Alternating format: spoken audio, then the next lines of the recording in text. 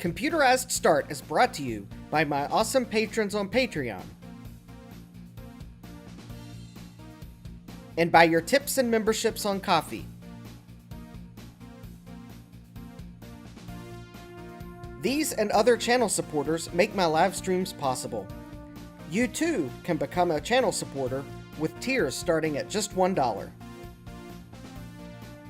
And as always, thank you for all your support, including sharing, chatting, liking, and subscribing. Now roll that famous logo animation!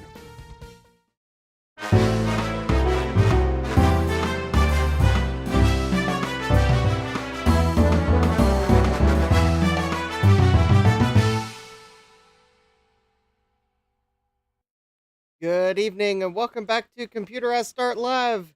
I'm your host, Justin D. Morgan, and I see I have plenty of people in the chat. Let's go ahead and see who we have in the chat. We have Jack68K. Hi, Jack. We have Thomas Armstrong. Hi, Thomas. Jack says ImageWriter. Thomas Armstrong's asking what will be written. Well, I don't know. Jack says saying let's print a banner in Print Shop Deluxe. Probably not going to use Print Shop Deluxe because I have a limited number of ribbons and they're going to have to get me through VCF East unless MacEffects restock. We have Jeremy's Vintage Hillbilly Shack. Hi, Jeremy. We have Callan. Hi, Callan. We have Jesse I8386SX. Hi, Jesse. We have had some accusations that my internet was lagging, but I'm showing 0 dropped frames, which is actually kind of surprising. Usually I've dropped at least 1 or 2 by now. We have 1-Bit Fever Dreams. Hi, Michael. We have Gut Bomb. Hi, Jason. And we've got the chat just kind of jumped on me here. We have Christian Iverson. Hi, Christian. We have SadMac356. Hi, SadMac. We have David Starbuck. Hi, David. And all right, I think I've said hi to everyone in the chat. All right, we've got the VCF Easter Bust goal. Link is in the description. And I think it's probably just time to rip off the Band-Aid and go to the following. Ladies and gentlemen, it's time for our favorite segment, Wheel of Regrets. Here's your host, Justin D. Morgan. Hey, who comes up with these titles anyway?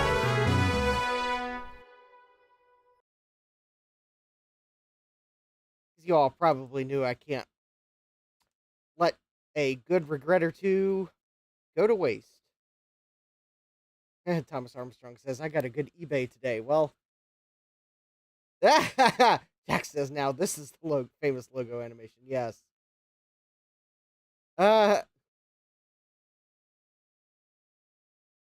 Christian's asking, has January become Dino month? I think I've watched 5 people play Trespasser. No one knows what other Dino games, and now there's an inflatable one in Justin's stream. Oh, well, this dinosaur's been up since October 31st, so. Anyways, all right, the first potential regret on the bench, I've already removed from the package because I got so curious that I actually wanted to thumb through it this weekend. So we have the owner's manual for the Emerson 8000 EC computer. And Christian says, and I noticed it now. Callan says, I got a regret, ordered an HDMI KVM and ended up with a DisplayPort one. I need to pay closer attention. Yeah. All right. Anyways, in thumbing through this manual, which I will have to archive whenever I can find a way to scan it without going crazy because it's a stapled book, I figured something out about my Emerson 8000 EC. All right, let me see if I can find the page here.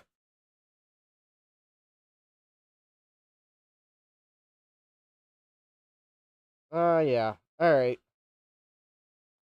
Well, first of all, it has 128K of RAM for disk caching or RAM disk. So now I want to find the original system disks to see if there's a disk cache driver or something. Because I don't know how you get access to that. It sure is not showing up in the upper memory area. Jack's asking, is the Emerson the talking computer? This is not the talking computer. This is my XT Turbo Emerson manual.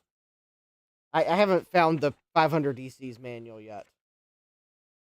So anyways, I'm trying to find it. Oh, here we go. Installation procedures. So, some nice instructions: installing your hard drive, blah, blah, blah, blah, blah. Installing a math coprocessor. Here we go. Modifying the monitor capabilities. Because I think in one of my videos on this computer, I did try to install a video card. So, your computer comes equipped to accept a CGA, MGA, HGA monitor. At some time, you may choose to change the monitor to a VGA unit. If so, you must change the configuration of the unit so that it will know a new monitor is being attached to it. First, install the VGA card in an open expansion slot. I'm glad it clarified that you install it in an open expansion slot. Next, you will need to change the position on the video switch, located on the back of the computer, to MGA/HGA. When the back panel of your computer is facing you, it's to your right. When inserting an additional video interface, such as a VGA card, move this video switch on the motherboard to monochrome and set the VGA card to be the primary video adapter. This is the step that eluded me, because on all modern motherboards, you set it to color for VGA. But apparently, on this system, you set it to monochrome for VGA. This is the mystery setting that I could not find. And spoiler alert, I've jammed a VGA card in the system, set it to monochrome, and lo and behold, the VGA card worked. So that was the whole mystery. So whatever I paid for that owner's manual, Jeremy's asking, I wonder if the Emerson PC is a Samsung-based design. I think Samsung made some of their computers, but not all of them. I believe they had several different OEMs. Maybe this is one of the Samsung designs, but I don't know. Thomas Armstrong says, that makes perfect sense. Alan says, very intuitive. It probably has something to do with the way things work. But anyways, so, yay, that manual saved me trouble. Anyways, another item that I already opened, and we are only going to briefly discuss, because the item that caused me to buy these is at the post office waiting my signature. But this item comes from an eBay seller in Pennsylvania.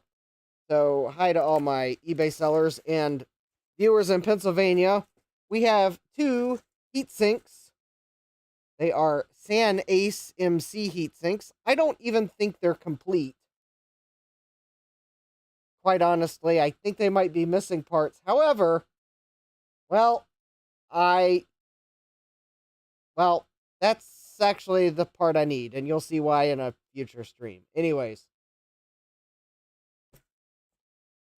Okay, we are going to move along, because I'm sure I probably overpaid for those, for all that I needed from them. Alright, so next, we are going to go to this package here, that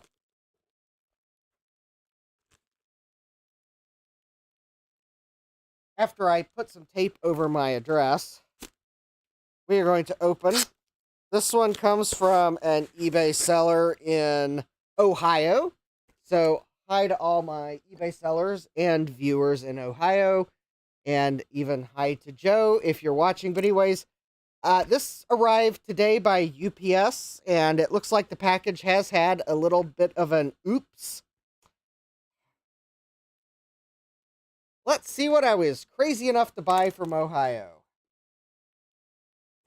And if this is what it should be, you all will probably know exactly which live stream I bought this 30 minutes afterwards. Thomas Armstrong says, only kicked once. I think it had something dropped on it, honestly. Alright, so there we've got our the packing slip, which I will set to the side. Alright, we've got the components. And we have, oh, looky here. Hey, we got the Sunday funnies. All right.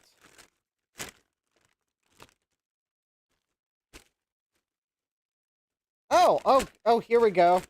All right. The Sunday comics from Sunday, September 15th, 2024. There we go. Peanuts. I always liked Peanuts. So there you go. I'll if you want to read Peanuts, you can pause it and play. Oh, hi, Mike's Future Retro. Welcome. I get you gave an extra plain paper feeder you want to get rid of, let me know. Ah, more Jesse says, good grief, more peanuts. Yeah, I know. So I can say that this eBay seller used peanuts to pack my package, but I'm not disappointed really. All right, well that's all we'll show on the stream. We'll preview the peanuts. So anyways, we have a tube of chips.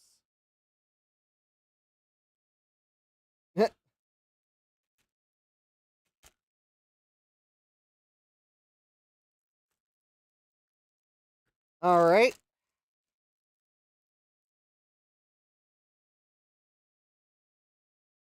Okay, and we've got, they are securely packaged. I suspect no one's probably figured it out yet because it is very hard to see through this yellowed tube. Come on, you should have retrobrighted this thing before you sent it to me. All right, oh, there we go. And I just made a mess of, David Starbucks says NVRAM for the Sun. Yes! Yes, David just guessed what it is. So I bought two, count them, 1, 2, NVRAM modules so that I did not have only one left in case I mess up the second one because I do something stupid like use a Dremel again out of frustration, but I'm curious what the date code might be. But anyways, these are M48T59Y, which is the same part number, 70PC1D. As far as I can tell, these are the same.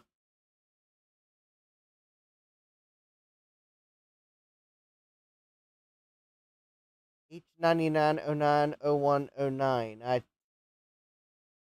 Oh, actually, that might be our date code there. W0641Y. Thomas Armstrong's asking, maybe they work. I was actually kind of wondering that if they might work.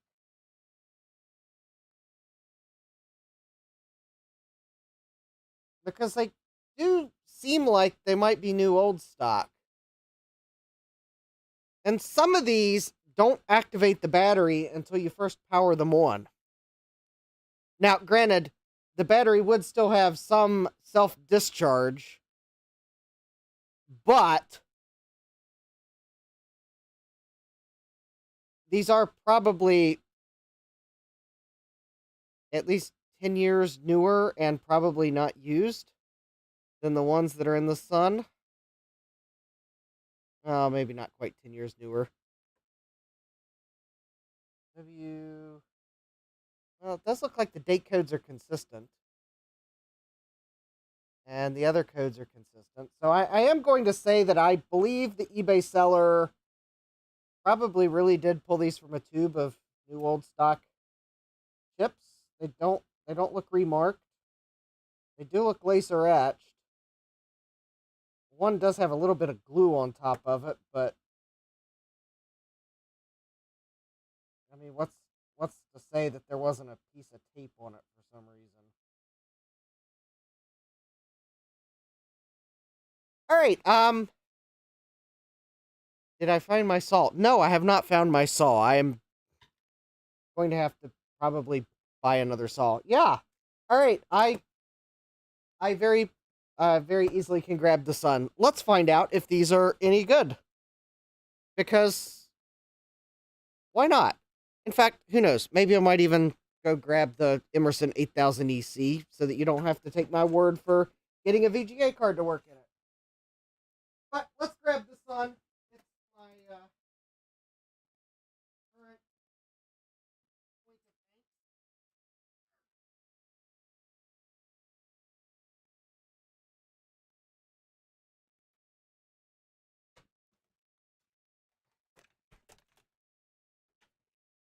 of bank. All right, so we have the Sun Ultra 10. If anyone's wondering,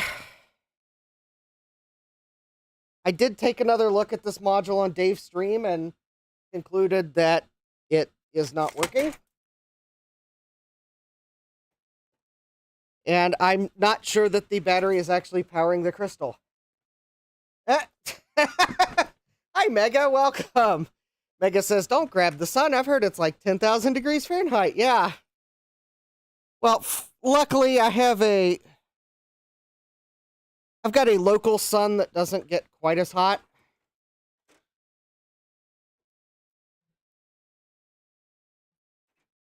And even better yet, it doesn't run any AI models, so it doesn't try to lie to me. Unlike the ChatGPT, where the other day we were engaging in interesting conversations during lunch at work, and we got to wondering what the first recipe might have been on the internet, to which I made a sarcastic comment that I was not going to use Google lest it give me some funny AI lie. And then then everyone else was like, no, let's see what AI has to tell us about that. That could be fun.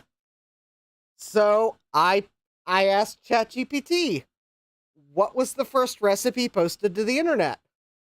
And it proceeded to tell me that it was a recipe for chocolate chip cookies as published by, and it gave me the name of some doctor, which I don't remember what the name of the doctor was, but it was such an oddly specific answer that I actually then did a quick search to try to see if I could substantiate this doctor or find their cookbook, to which I was unable to find any information on said doctor, to which I then asked ChatGPT, could you please tell me more about, and I gave it the exact name of the doctor that it had spit out. And as close as you can get to an AI eating its own words, it had to tell me, I'm sorry. It basically told me, I'm sorry, I made up the answer. Sometimes we get it wrong as AI models. Yeah, so ChatGPT lied to me about the first recipe that was posted on the internet. Anyways, I don't know where I get sidetracked so so easily. All right, let's see if these... All right. Christian Iverson says that has a much better ring to it than 5,772 Kelvin. Yeah. Hey, we got the big bad biologist, big bad bench here. Hi, John. Welcome, and we have Francois. Hi, Francois. David says, at least AI can't eat your cookies. Yes. All right, so we are going to take one of these NVRAM modules that I do not know if it's good or not. I am going to double check that the pins are unbent and otherwise look okay. All right, so we are going to pop it into the socket. I am going to luckily think to double check the insertion direction because I was just about to jam it in backwards. But I now know that I have the pin 1 mark lined up with pin 1. All right, the module is now installed. All right, we are going to... we are going to power up the Sun, which is going to do nothing. And then I'm going to realize that it would help if I turned on the smart outlet that the power cord is plugged into, like so. And now the Sun is going to make the beeping noise and do a little flash-a-doodle. And, ooh, this looks good. This looks good. Oh, wait a minute. And do we have... All right. That is a good sign. We made it open firmware. All right, so now if you will bear with me one moment, and I apologize for the flickering, but the default resolution is my scaler does not like the default resolution of a sun. I will fix that momentarily. I just need to bring up the photo of the top of the other module. And let me see here, and I need to bring up my text file with my cheat sheet. Because, believe it or not, I don't have the items I need to type into OpenBIOS memorized at this point.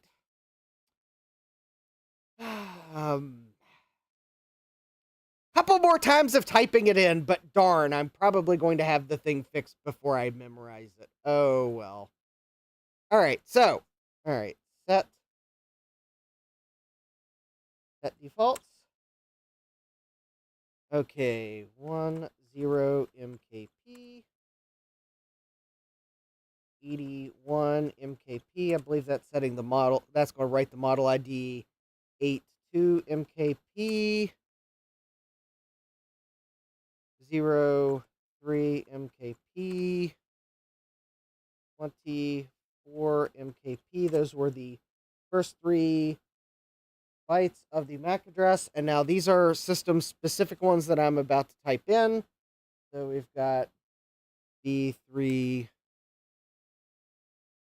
5 MKP, and let's see here, 586 MKP, and A07 MKP. Those are specific to this system. There's a label on top of the original NVRAM module that gives you those 3 byte values. Let's see, 08 MKP, 09 MKP, 0A MKP, 0B MKP. All right. And then these are the same 3 bytes that are system specific here.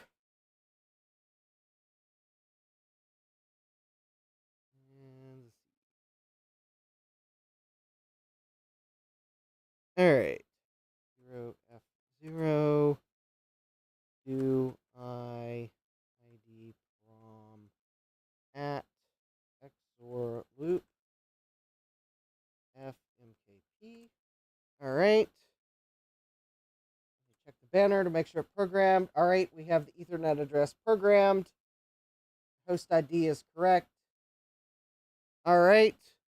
And then we need to do a set env output device screen R1024 by 768 by 60 and reset. Now, this will work whether or not the NVRAM module is working, but I'm also going to then set the clock when we get into Solaris.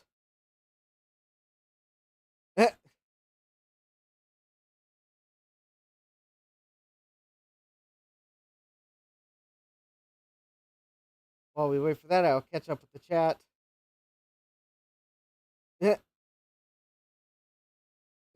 Sadmax says, you called it on us lie, though. Yeah, I wanted to know who that doctor was.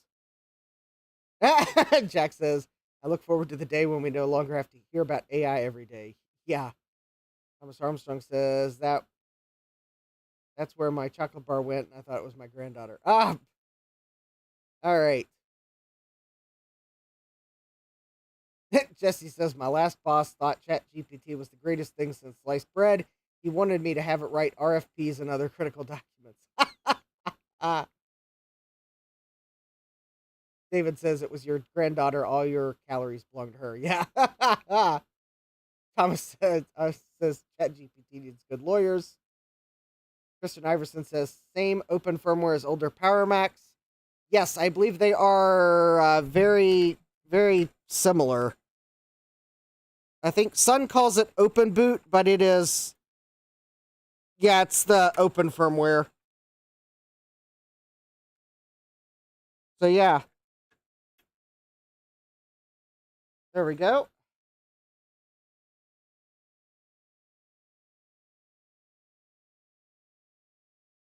Here, Jesse said, or Jack says it doesn't.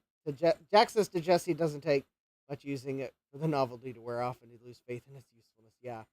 Thomas Armstrong says 50 questions from the sun. Yeah. Jesse says that boss was a nice guy, but he is in way over his head. Yeah. Jack's asking, did you write your resignation letter to that boss with ChatGPT? Thomas says, we have got some ChatGPT resumes. They are funny to read. Yeah. Jack says, do you have ChatGPT creating all your tests for you at work? No, I do not.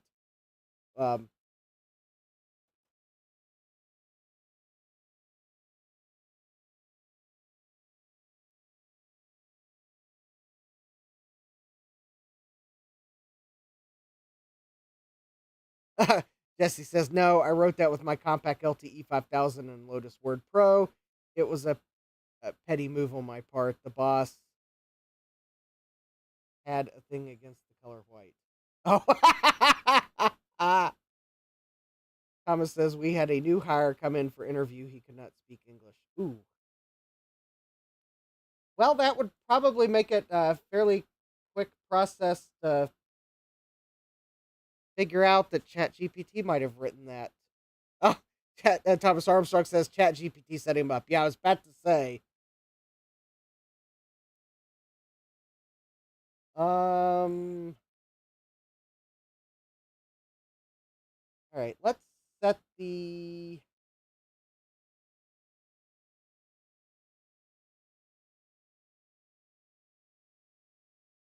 I forget what the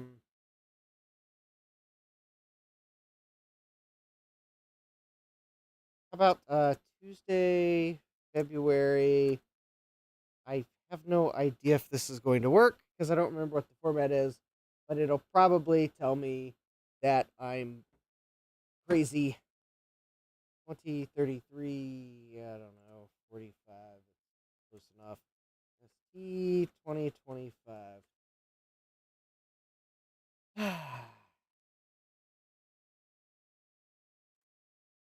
And there's no manual entries. All right. All right, let me see if I can remember how you set the date on Solaris. I want to make sure the whole module is working. Set date.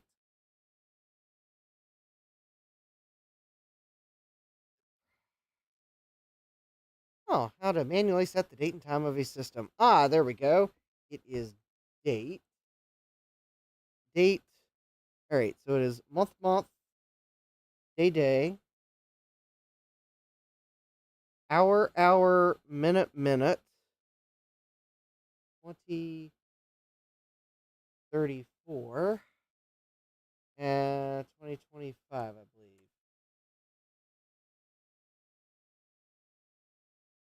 Oh, there we go.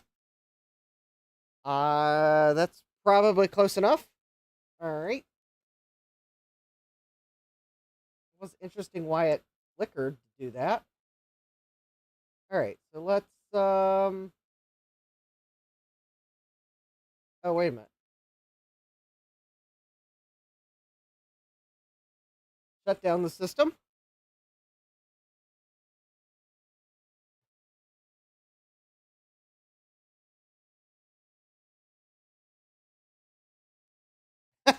Jack says, I have GitHub Copilot enabled in Visual Studio at work, and it offers lots of coding suggestions for methods and parameters that don't exist.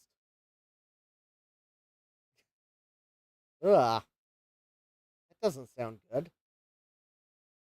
All right, so we're okay. So we are going to let the sun stay powered off for a minute or two. See if the clock is running. And while we do that, we will go on to the next potential regret, which apparently has my address on both sides of the package. So I think if we open one or two of these regrets, then we can power the sun back up And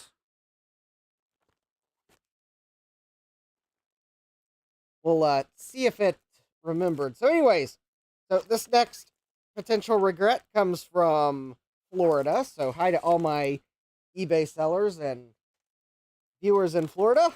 We have this package that definitely was not packaged in reused priority mail packaging, so I guess that's a plus.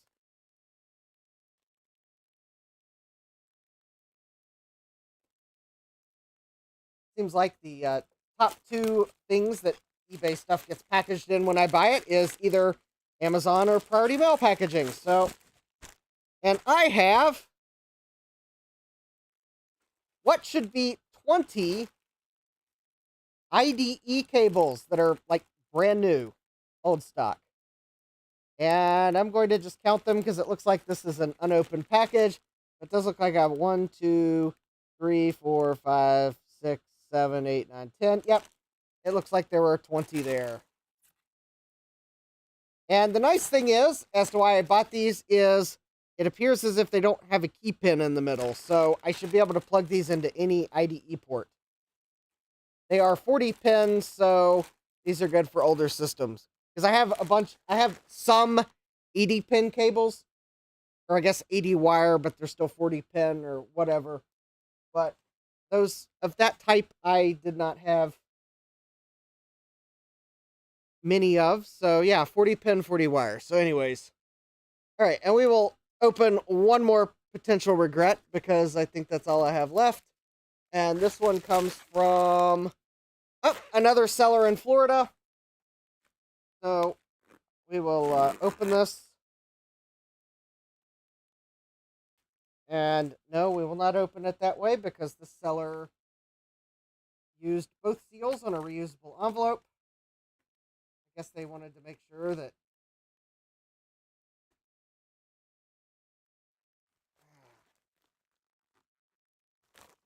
if the Postal Service opened it for inspection because it was sent media mail, that maybe they would get frustrated and not check it. But it is a book, so it totally qualified for media mail. But I have the Emerson software selection user manuals for allegedly the 8000 EC, but I'm not totally sure. I will have to flip through this and see if I can find something to corroborate which system it actually goes to. But it looks like this has the manuals for Emerson's menu system as well as Quattro and PFS Professional. And it does look like there is not as much for the menu system as I thought there was. Supposedly this is for the 8000 EC. I was hoping that maybe the instructions on the Emerson menu system might give me a better clue, but that is a very short... Oh, wait, or maybe...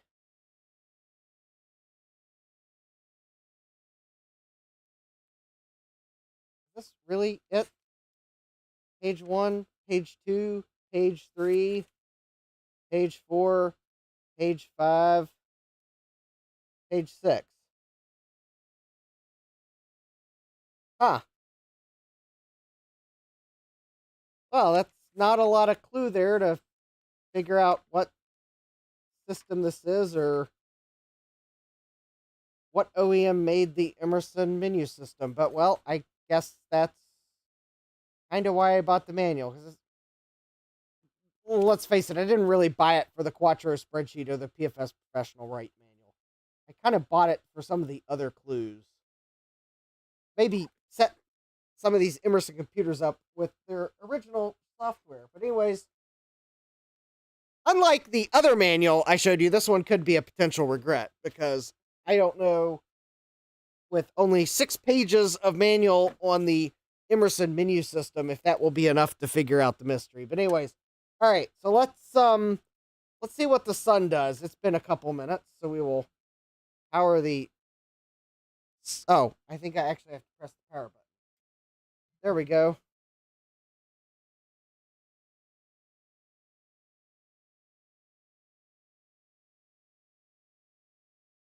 Wouldn't that be nice if I don't have to repair the clock module? No! All right. Well, that module is... Okay, well, the good news is the module works in that it's compatible, but the bad news is that it looks like it didn't keep the content. So I dare say that this one as well probably has a dead battery in it. However, that does mean now that I have 3 more opportunities to get it right, as opposed to 1 more opportunity. So I guess there's that. All right. Well, anyways, I bought these knowing full well that the battery in them might be dead. So am I disappointed? Not entirely.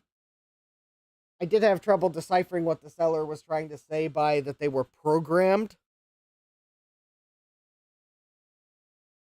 Obviously, that had nothing to do with the battery level.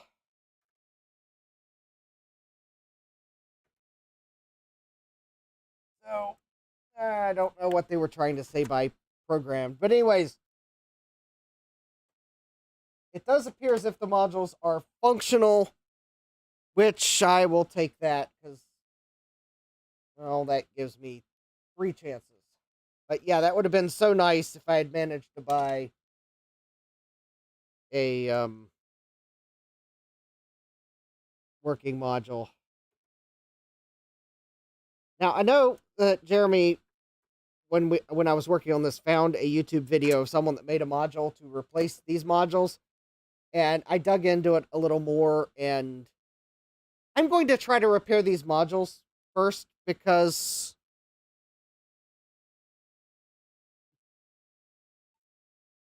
we'll just say that the replacement modules, the module that it uses, which is the a higher memory capacity version of these chips, because ST doesn't make this particular one anymore. We'll just say that the surface mount version of the chip that it uses is not cheap.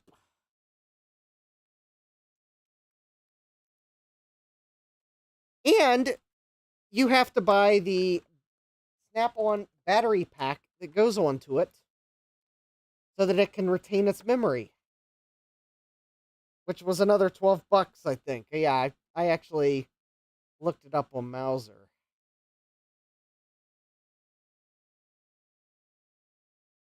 And I think I'd rather try to repair these modules first, because plus the chip is big enough that you'd have to use surface mount pins on the bottom of it to be able to plug it in the socket, because it's like a really weird form factor of a surface mount chip. Oh, yeah, the real-time clock modules are like $20 a piece. And then you have to add another $11 for the battery pack. So before you even add the cost of the PCB or the surface mount pins to go on the PCB, you're looking at like $30 just for the real-time clock module and its battery pack. The repair board from Glitchworks is only $10. So I'm going to give it another chance first, because that's $10. But at least I do know the option is there. So, anyways, all right. I guess we can put the sun back. Let's see. Was that all of Wheel of Regrets? I think it was, because that's... Yeah, because let's see here. That's not Wheel of Regrets.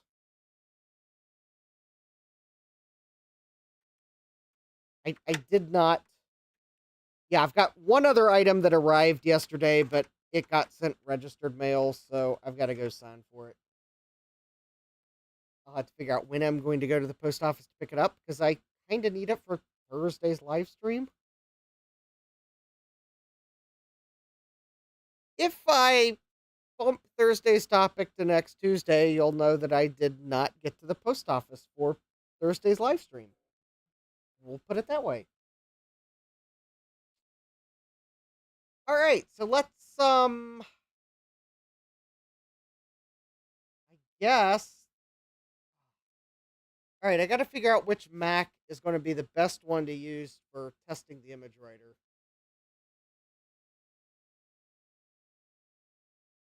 I need Ideally, I need one that the printer can set on top of, which means that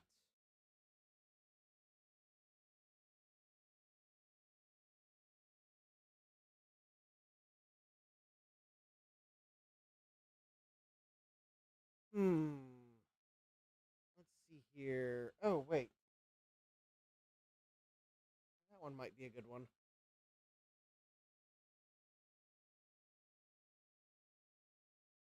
Actually, I think I will use a 2CI. I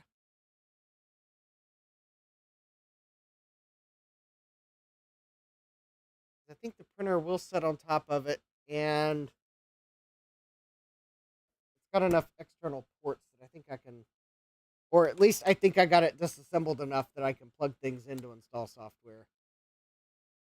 Yeah, Jack says, which means you need to steer clear of anything with spindler plastic. Well, I believe the 2CI should be old enough that it's not spindler plastic.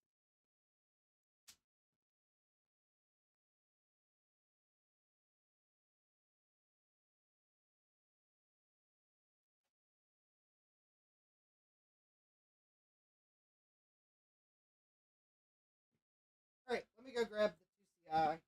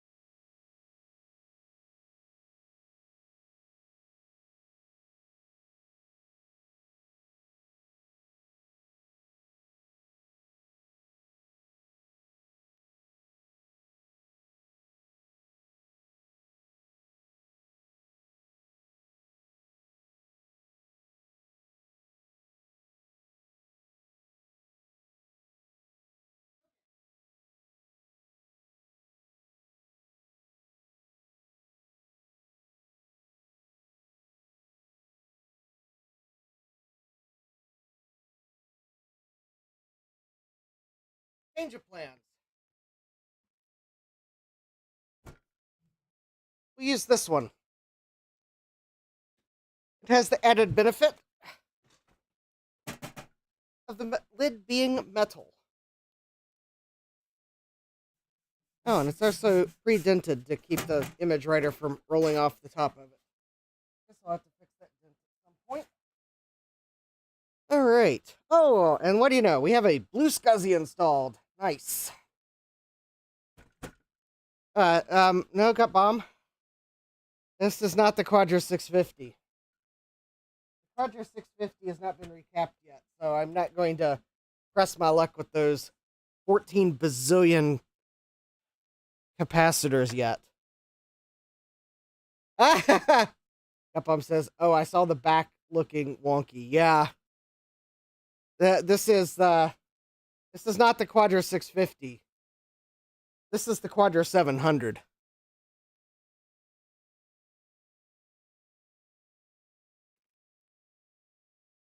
But I don't have a Quadro 700 case, so the Quadro 700 is in a 2VX case.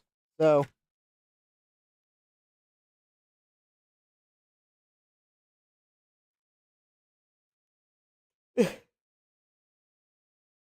Capcom says yours is wonky the same way mine was. Yeah. David says pre-dented optional feature. Yes. All right, so I am trying to see if I can find my monitor adapter, which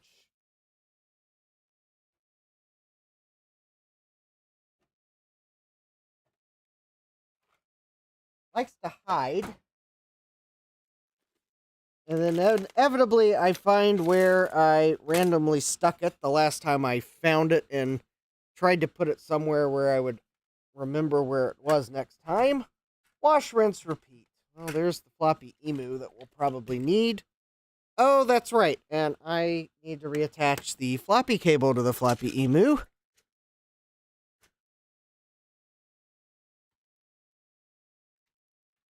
Because of all the potential regrets I bought on eBay, the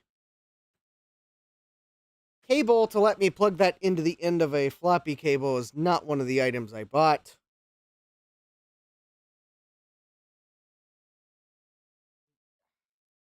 Well, I put them in a place that I don't lose them, I just lose track of them. And then they will randomly show up again when I don't need them. The thing is, I haven't lost it, it's just underneath something. Quite possibly it's underneath the items for tonight's live stream, because I have a box from jcm-1.com beside me, and I have a box for MacEffects beside me, and I have some tractor feed printer paper. I didn't feel like carrying the whole box downstairs, so I grabbed the section of paper. Oh, there's the monitor adapter. See, it was not lost. It was just out of view.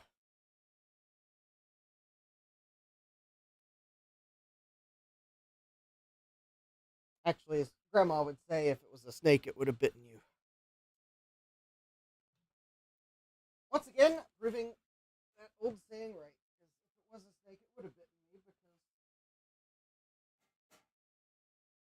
because it was right beside me the whole time.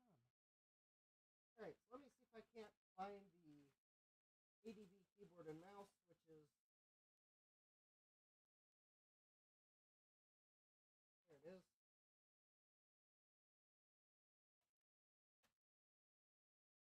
Underneath the AT and PS2 keyboards for my convenience.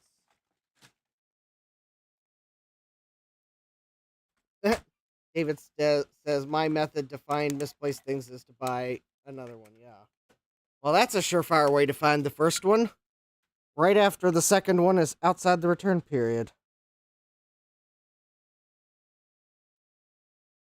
Alright, so there we go. Got ADB, we've got video, we've got Blue SCSI, I've got power,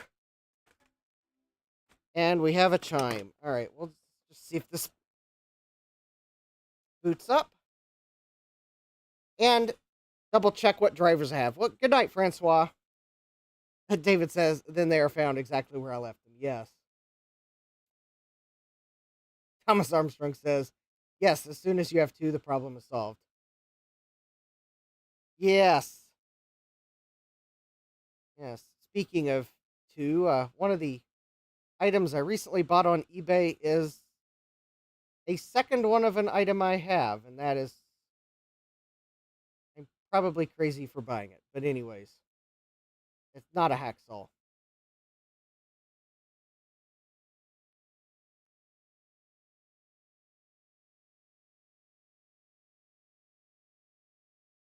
I'm trying to decide if I'm going to put it into use as is, or if I'm going to swap parts with the first one of the ones that I have before putting it in use.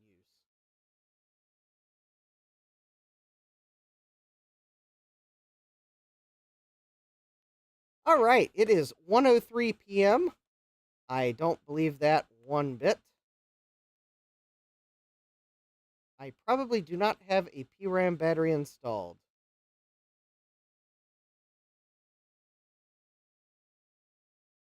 Oh, that is probably correct. 2, 4, 25. Oh, I bet. Oh, I bet I don't have the extension installed. That so it is going to be 8:56 p.m. All right, that's close enough. All right.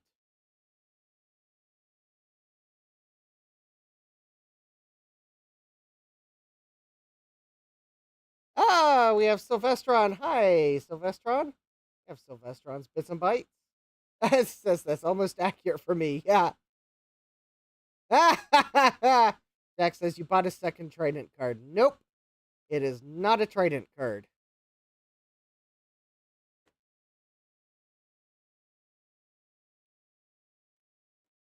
No, actually, it's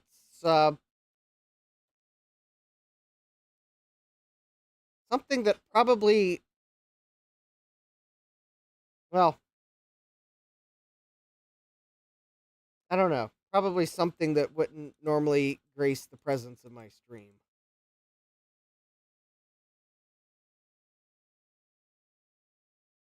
But yet, my stream depends on things like it. So, yeah.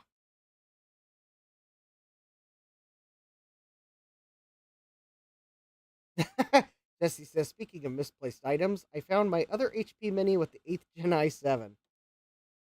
Oh, speaking of misplaced items, I meant to go see...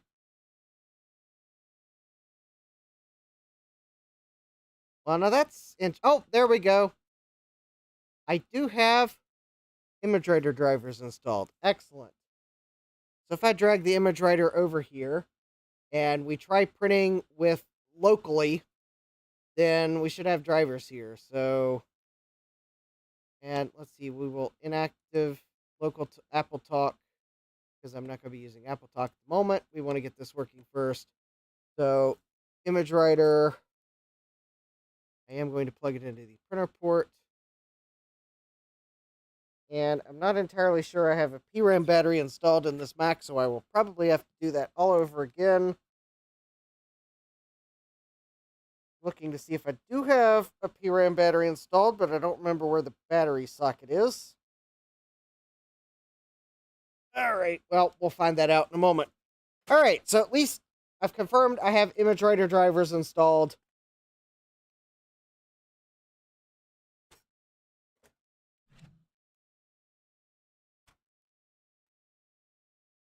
We'll do this one step at a time. So we'll first try...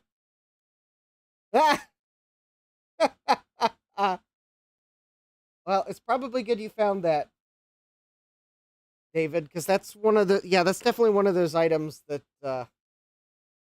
you don't want to be lost forever, because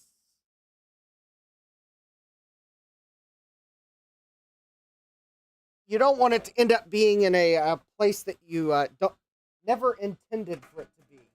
We'll put it that way. I'm being sensitive to things eBay may be keying off of by listening to my live stream to figure out what they're going to try to get me to buy next. Things that YouTube might be keying off of. That's what I was going for.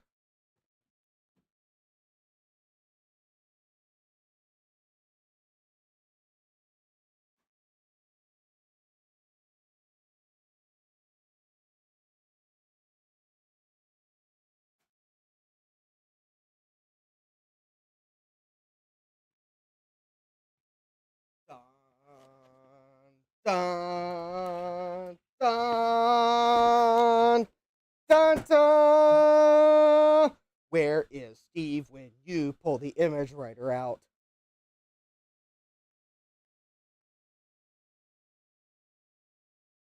All right, now I gotta find the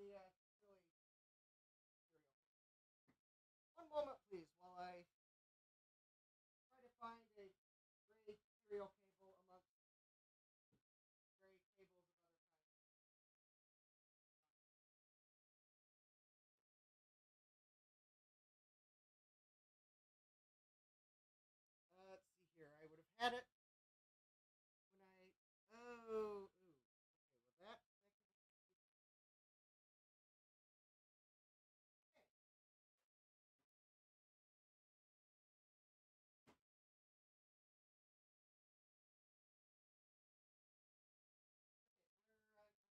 Do this. Um, yeah, just realized the last thing I used the cable on was my tash recorder. So I have no idea where I would have put the serial cable.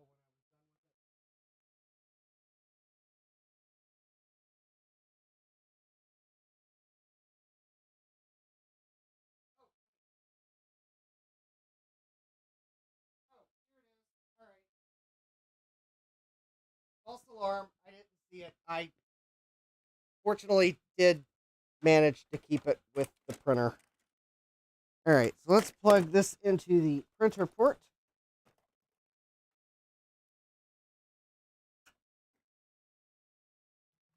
All right, we will plug this into the serial port of the printer. I believe the Apple ImageWriter uses RS480 or RS422, if I'm not mistaken.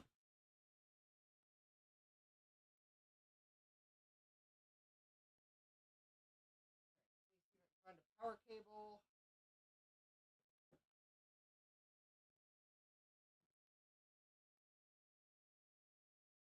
That will not work. Oh wait,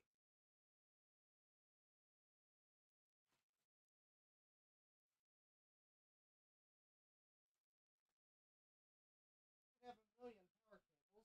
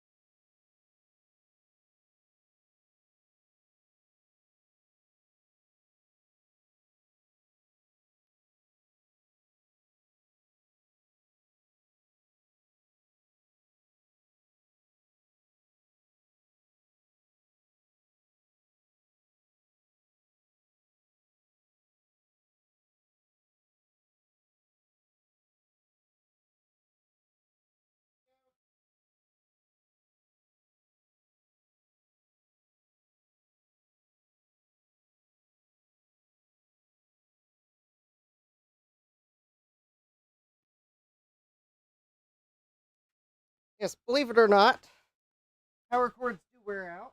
So, despite the fact that you would think I would have lots of power cords, well, they wear out. So that means that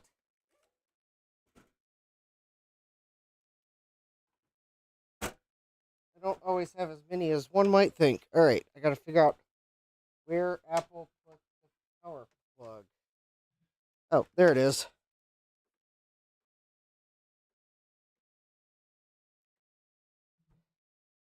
All right, there we go. So if I turn this printer on,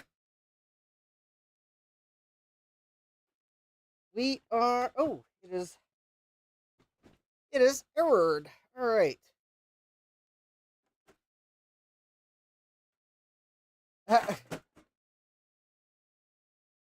All right, so let me see if I can't load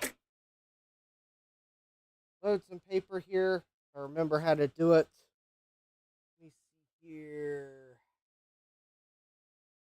I think that the error is likely that there's no paper installed.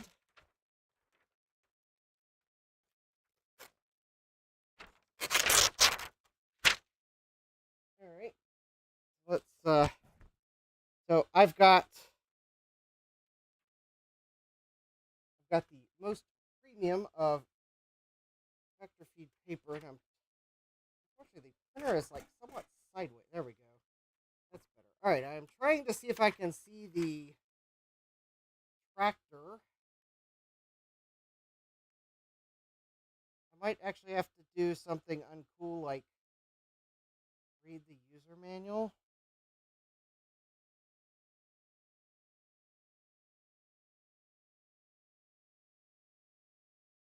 Doesn't seem right. Is this printer missing something?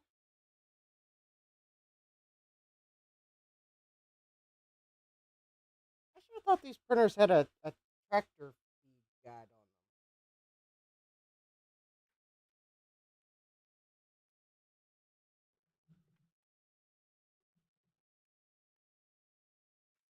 David says, I thought I'd.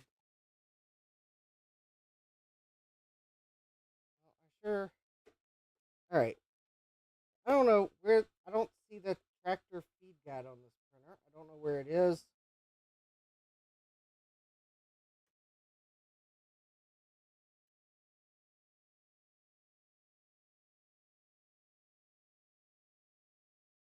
And hmm.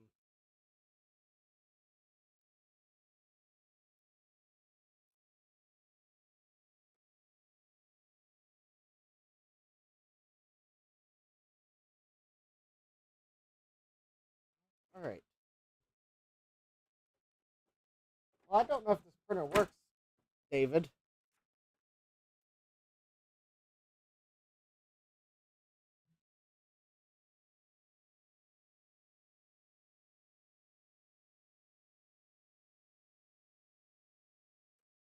It's going into error as soon as I turn it on, which someone told me is because there's no peep. Oh, wait a minute. Did I?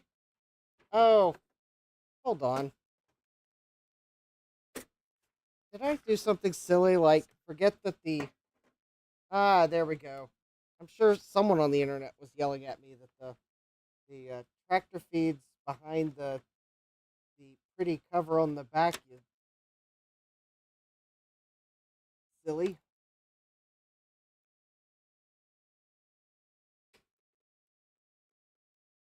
All right.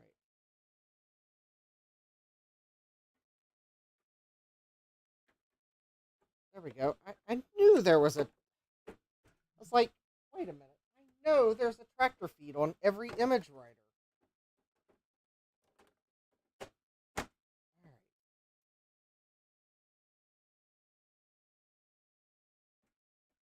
Alan says there's a magnetic switch on the plastic cover if I remember correctly.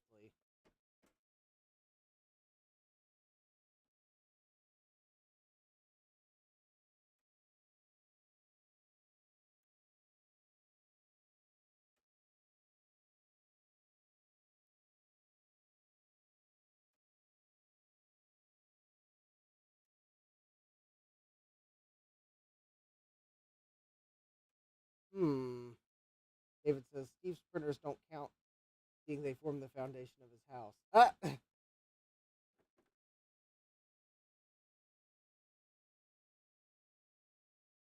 Hmm.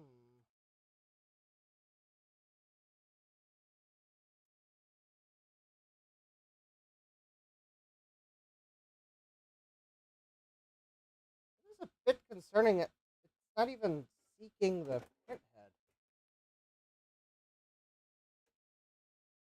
Is the ribbon in wrong or something?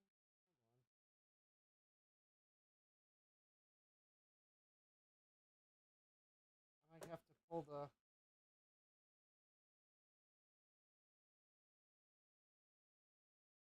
There's a little micro switch there. So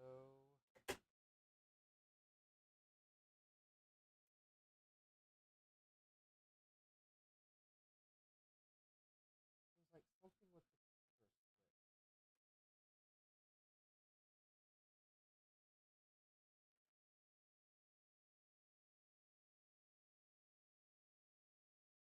Well, I don't see a magnet on the cover switch.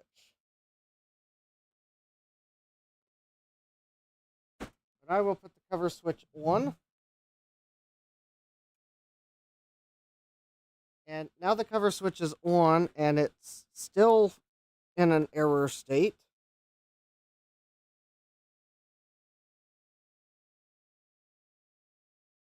Alan says as soon as you turn it on, it should retract the printhead to home. It will do that regardless of paper or not. That's what I was thinking of. It's like...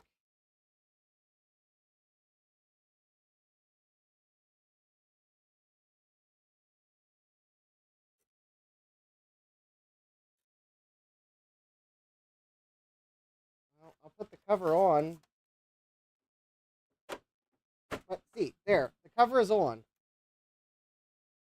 And it is not seeking.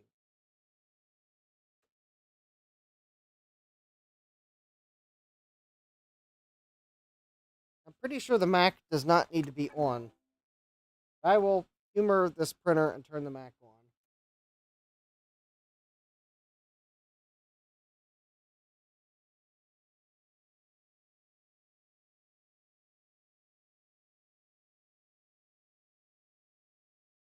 Jack says I put mine back in the box around June last year, and I haven't gotten it back out for Macintosh yet since I needed the table space. Well, I'm kind of needing the printer for VCF East, because I was thinking of setting up the Macs that were on display with some drawing software and letting kids make a drawing and then possibly turning them into buttons for them. That was my super secret idea. There, I just gave it to you all that are watching. Granted, the button makers aren't cheap, but the button stock is. Yeah, this printer is like seemingly borked.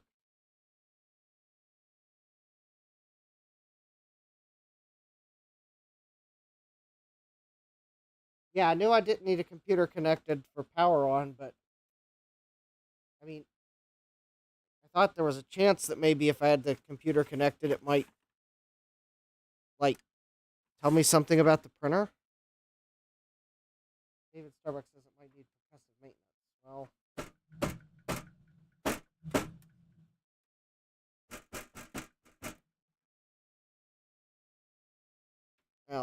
all right. I will disconnect the serial cable momentarily.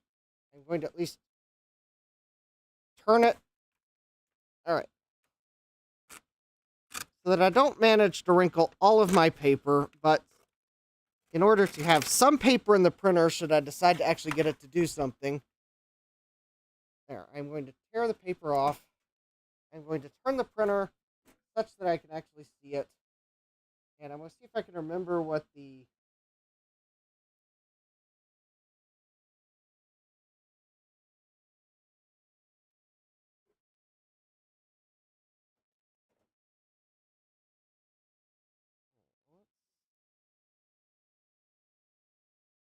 Well, I'm going to make sure it at least...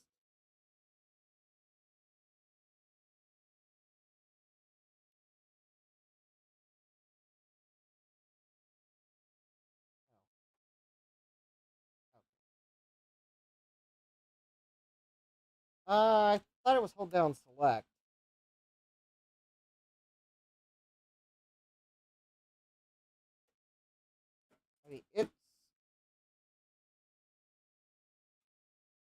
I mean, it's not even seeking the heads.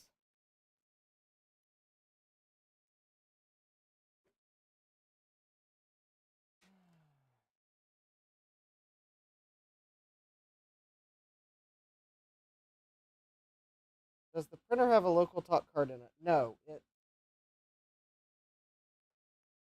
I do not believe it does.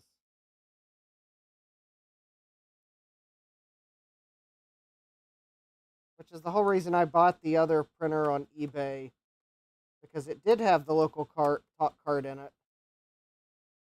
Because yeah, my social media description of this live stream was a bit lacking. Tom Barber caught me on it. That it implied that the Ethernet was the only thing you need to do LocalTalk. But yeah, you need the LocalTalk card, which I do not believe this printer has one based on its dip switch settings. But that's why I bought the one on eBay that got packaged in bed sheets and old envelopes and, well, arrived in a predictable condition.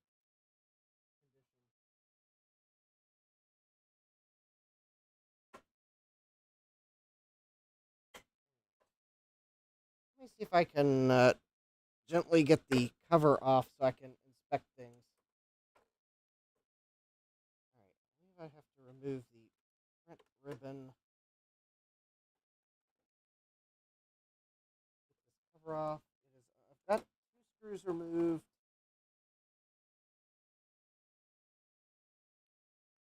I'll have to remove the rest of the carriage, do I?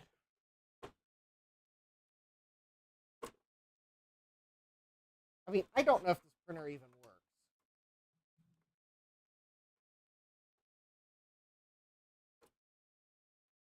Oh, move the carriage all the way left. Oh, there we go. All right, the answer to the question, does it have a LocalTalk card installed, is no. It does not have a LocalTalk card installed. Also, that is very nice that Apple used captive screws there. All right. So, I guess the one thing about doing this is I can make sure all the connectors are plugged in. I can, which they do appear to be plugged in. I can check the fuse. Well, I mean, it did power on, but all right, the fuse appears to be intact.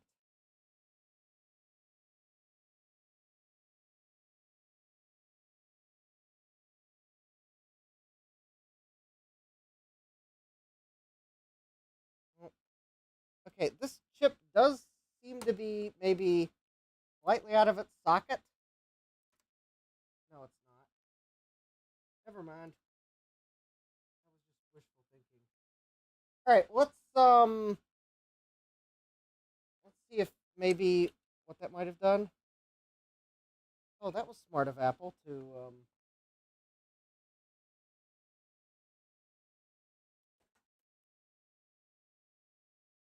oh, it is still in an error state.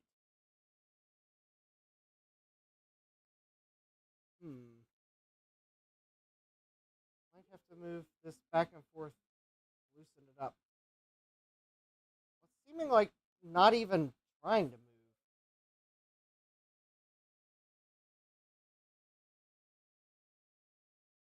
All right.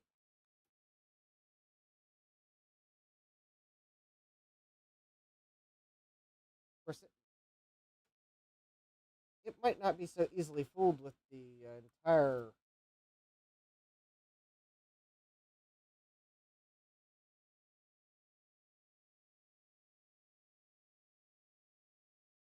Assembly off.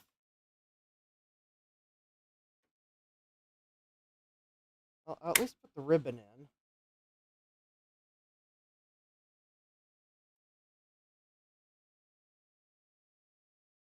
Wait a minute.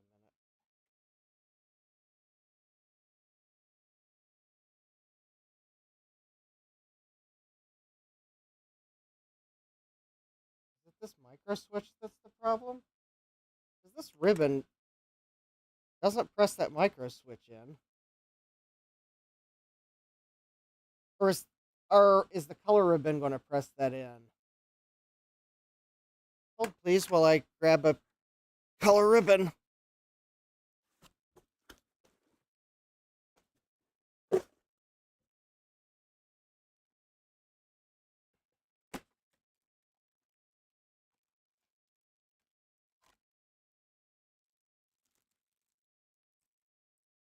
Oh yeah, the color ribbon presses that in. Okay, that's probably not the problem. All right. Colin says you don't have to have the ribbon in to power it up. Well, that's weird.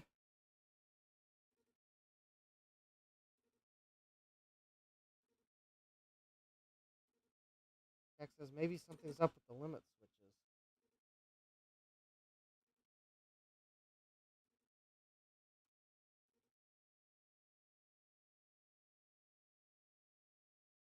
That could entirely be possible. Alright, let me maybe just put this back on after removing the ribbon that I put in, because despite the fact that users shouldn't be maintaining this thing themselves, Apple made sure that you can't.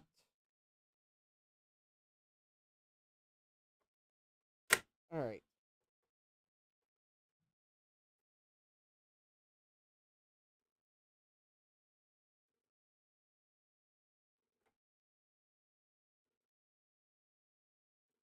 Okay, this is weird.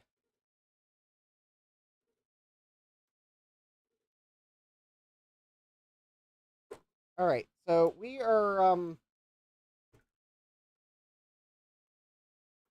this is what it's doing.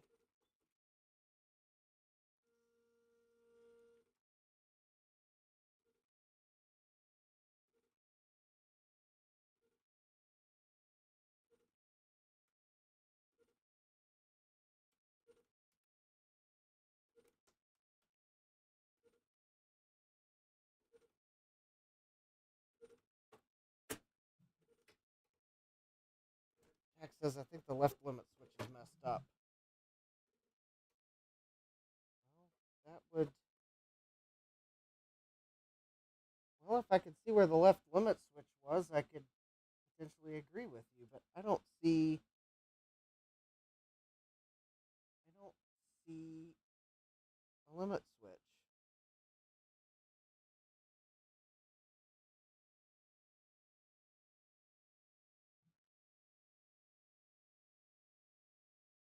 I don't see an obvious limit switch, that is.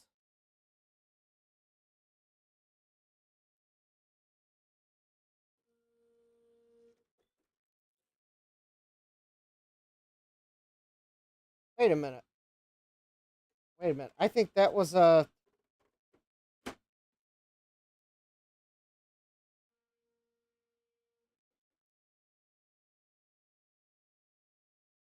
Hold on.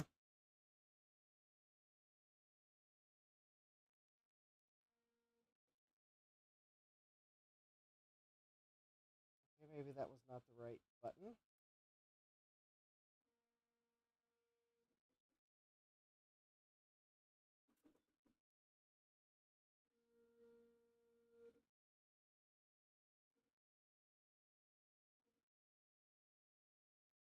That was...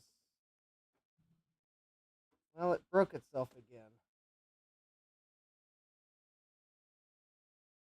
I tried to get it to do a self-test, and...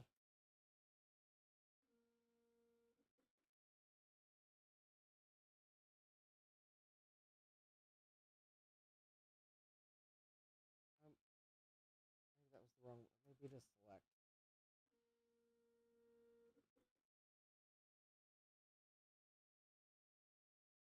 Okay, maybe it's not select. Print quality button?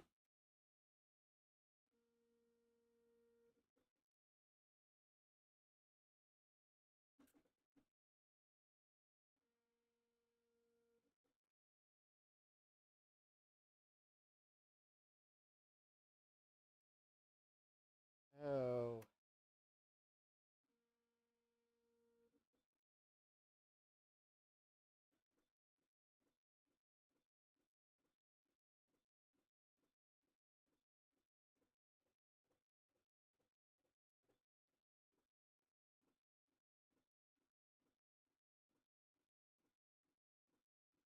It's not going...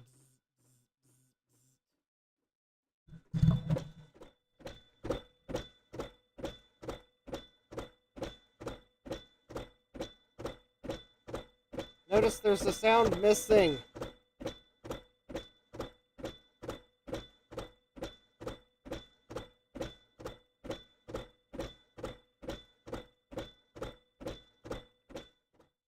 Yeah, no pins. It's also not feeding the paper. Of course, granted, that could be because I've got the... Might have the tractor thing in the wrong setting.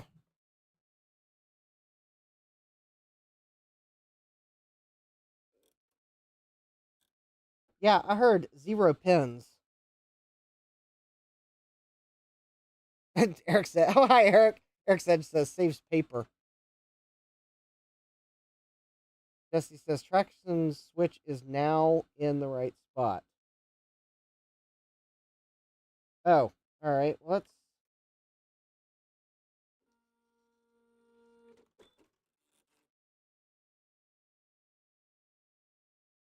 Oh, it doesn't like the lids off.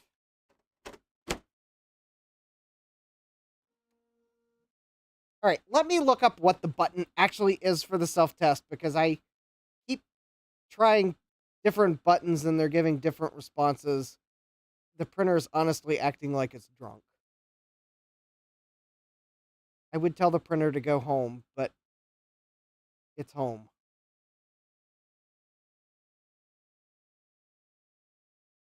The only thing I can threaten it with is sending it to Steve's house to become another basement piece. Okay, now hopefully it'll behave now.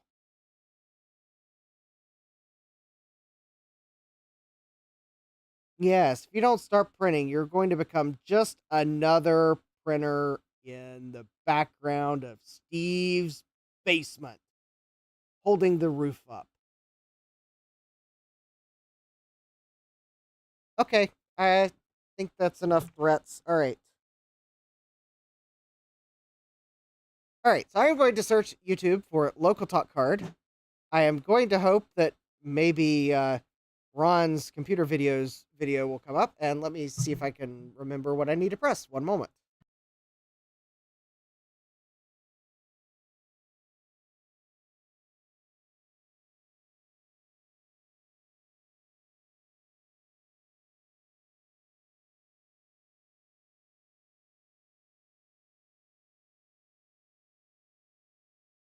Okay, it should be the form feed button.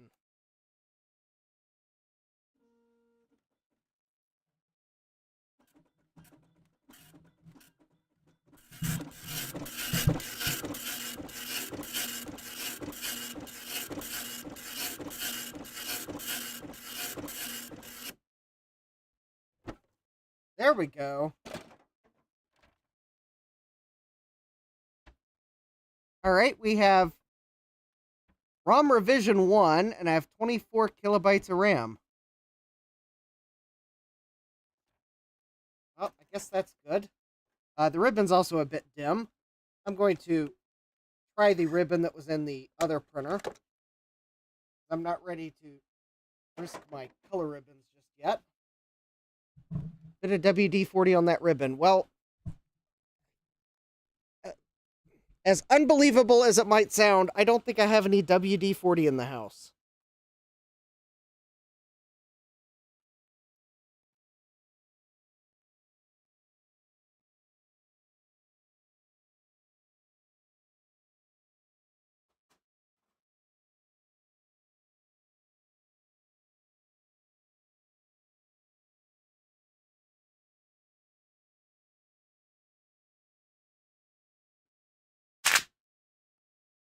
I have all sorts of other products.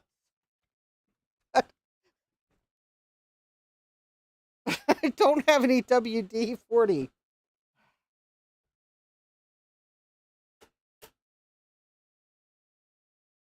Because it's a water displacer, not a lubricant.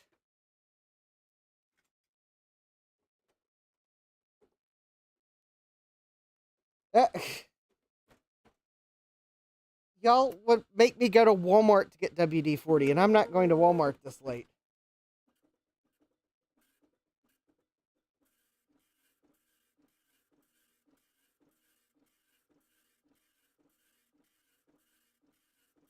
Well, that's weird. Well, that printout went... Oh. Oh, that's what it does when it runs out of paper. What do I spray my Atlas rockets with? I'll get some WD-40 at some point. Okay, well, we have a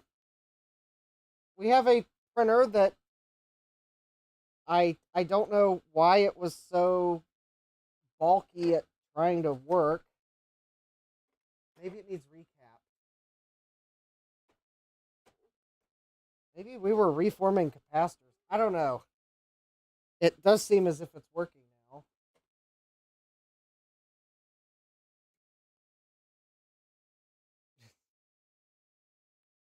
Well, let me find my screwdriver to put the...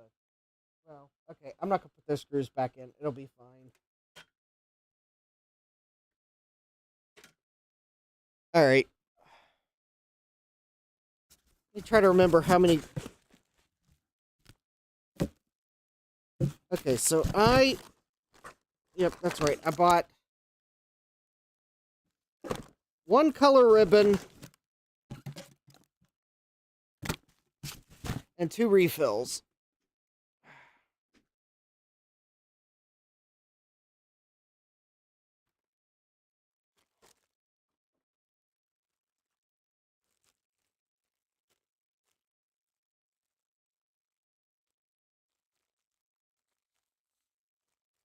Well, I know it says spray lubricant on the can, but it's a water displacer. You're supposed to then lubricate it with something. WD-40 isn't the...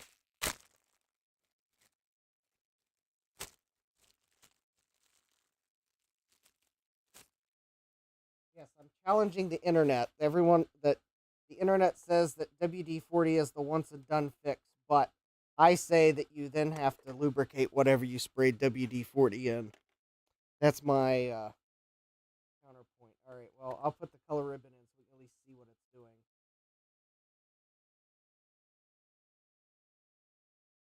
I don't know if it'll go in. Come on, ribbon, go in. There we go. Nice. Jeremy, I don't really go in Dollar Tree.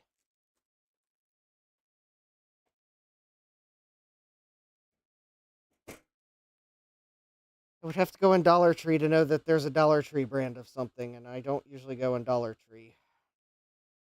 Although they do have a slightly more convenient location to me now. That was partially because of how far I would have to go to a Dollar Tree, and I would have spent more than $1 of gas to get there.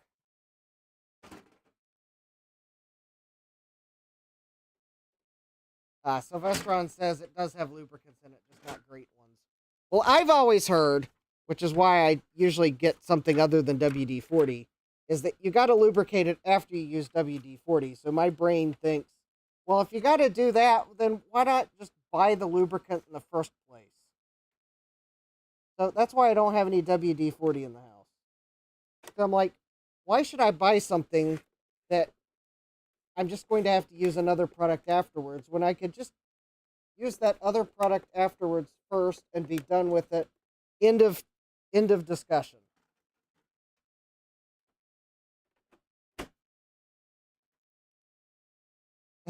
Sylvestron says because it smells amazing. Oh, okay.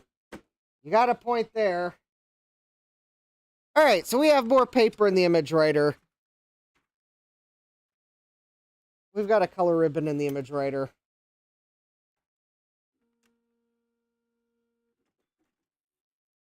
All right, let's see if we can, I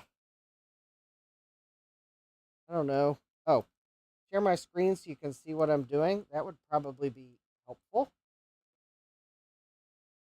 All right. So AppleTalk needs to be inactive. ImageWriter, printer. All right.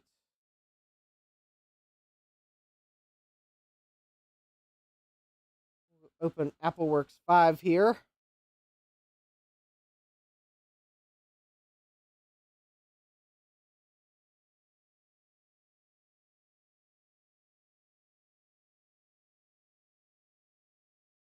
I don't want to personalize it. All right, I guess we will not be running AppleWorks 5 because that would require me to go look something up.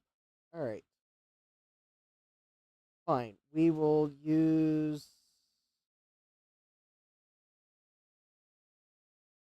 simple text. Open About System 7.5. There we go. Print.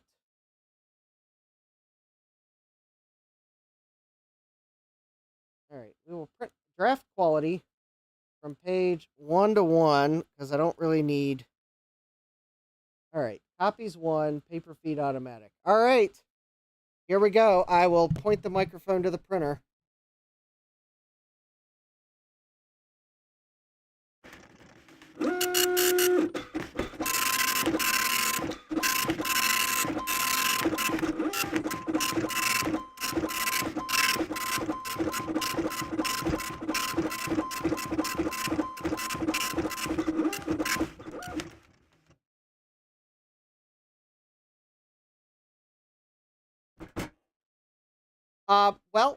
The good news is it printed. The bad news is it does not match what I see on the screen.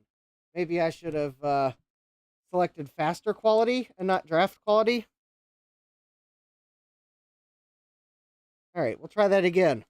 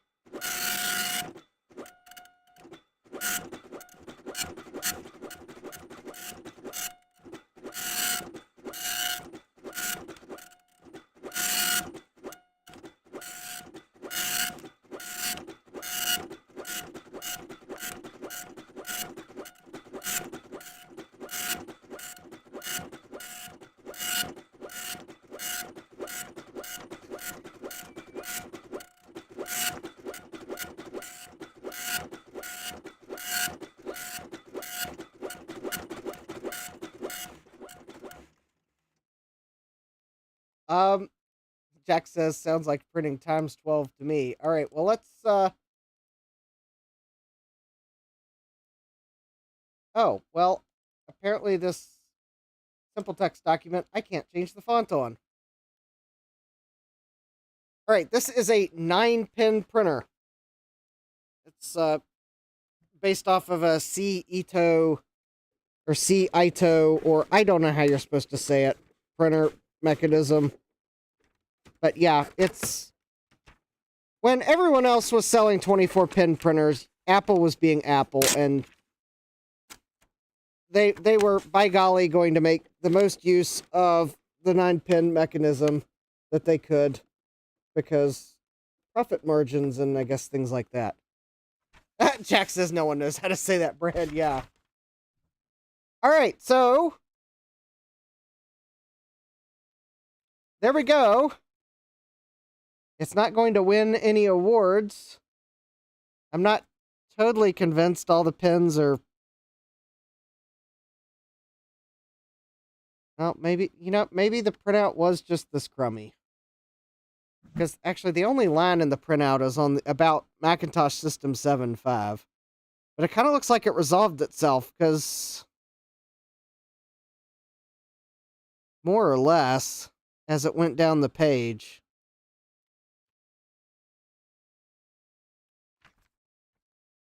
Yeah, when I printed it on draft, System 7.5 just simply sent the text to the printer. I'm pretty sure that's its built-in font.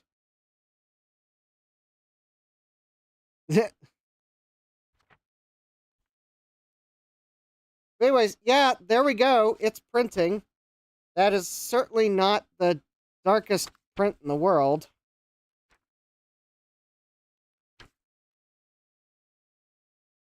But I guess that's, Oh yeah, Epson still makes 24-pin dot matrices for businesses. Yeah, I've seen them. I think you can get one on Amazon next to USB for your multi-part carbon forms. All right, so we've got the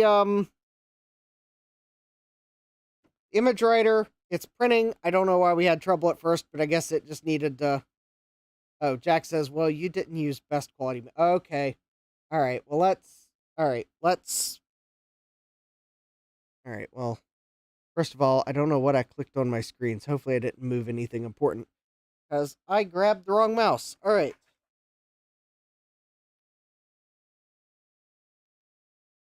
All right, let's see see if I can't, Command P. All right, let's see here from pages 1 to 1. And, all right, we will try best quality because everyone wants to hear the sweet 9 pins of this printer. Thomas says some court documents must still be ink struck.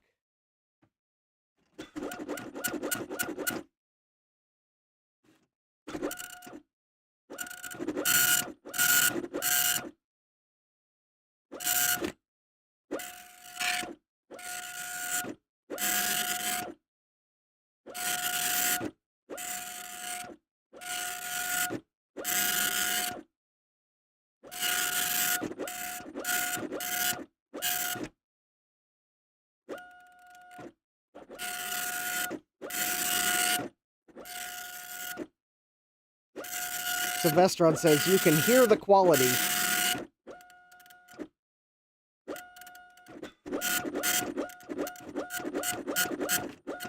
I can feel the quality. I'm holding the printer to keep it from falling off the Mac.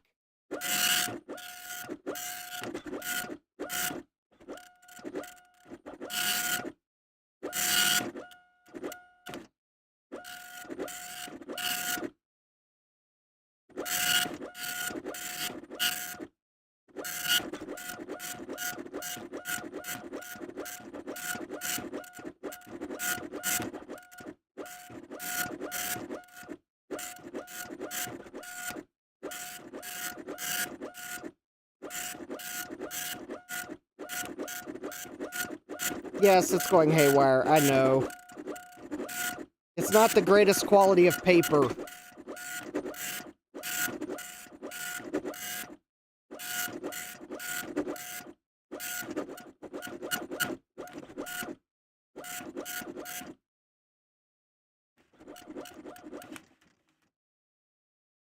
This is what I get for grabbing a box of Staples tractor feed paper from the free pile at a repair workshop. I mean, I can't complain. I paid nothing for the paper. I think the person that had put it on the free pile paid like $3.50 at a Goodwill for it. And it's most of the box of paper, but it's just not great paper.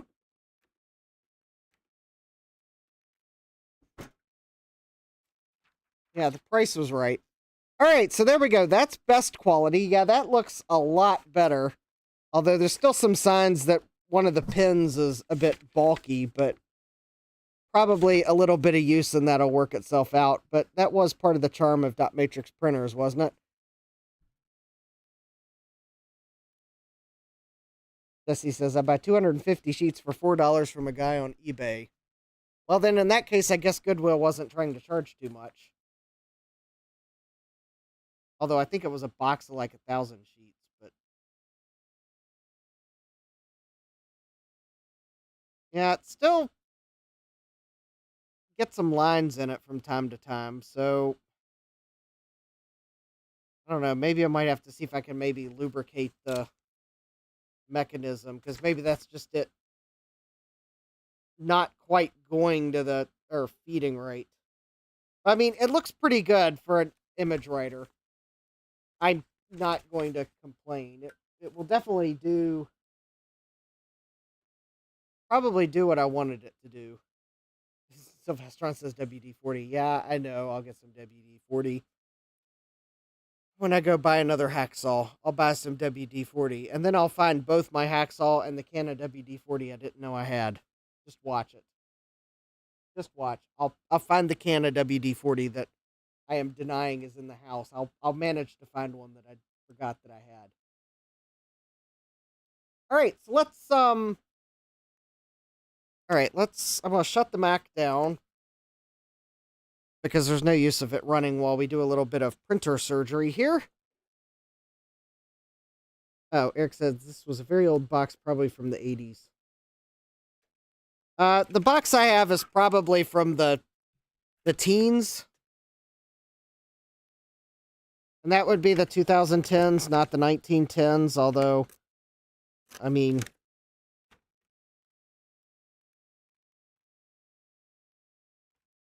my only complaint with it is that the tractor holes, it's like way too easy to tear them off. All right, so we are now going to open this printer back up again and tempt fate by upgrading it. All right, let me see if I can get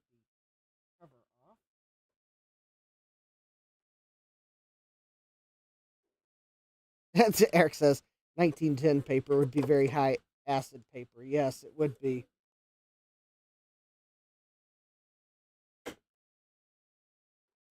Yes, it would definitely not be archival paper, that's for sure. Oh, that's right. You have to remove the print ribbon.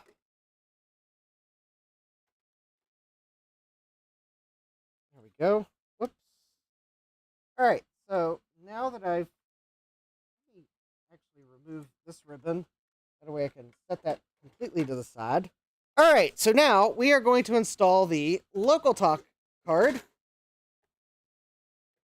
which came out of the printer that got damaged in transit. But I think the LocalTalk card survived. And all you got to do to install it is connect it in there. And then you got to make sure you plug in the ground wire.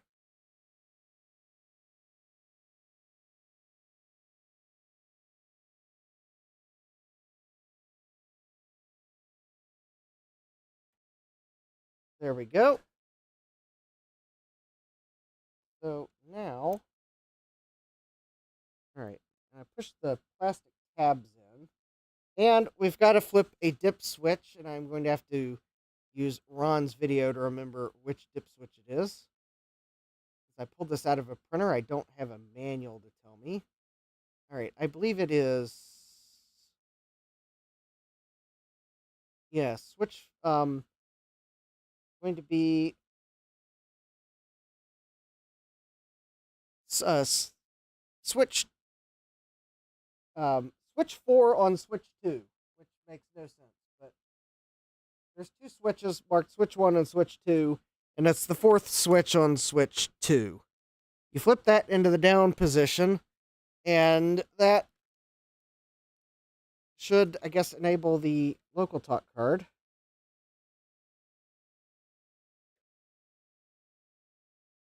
All right. That is also the switch position that I was looking for in eBay photos to find a printer that had the card installed.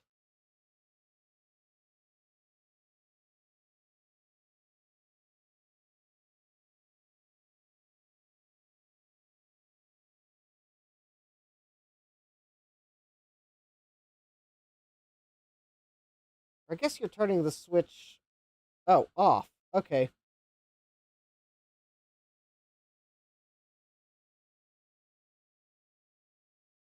I may need to check these switch settings at some point. I don't know. Anyways, all right. So I got the card installed. I guess we'll put the front cover back on. Plug its cable back in.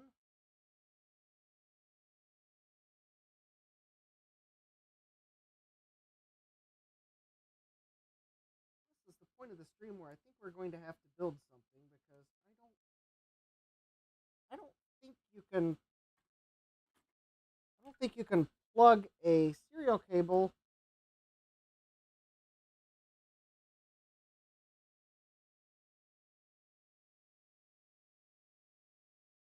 Wait a minute. Why wouldn't a serial cable work?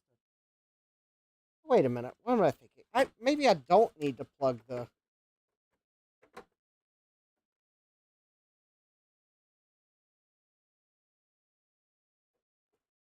I'm trying to think.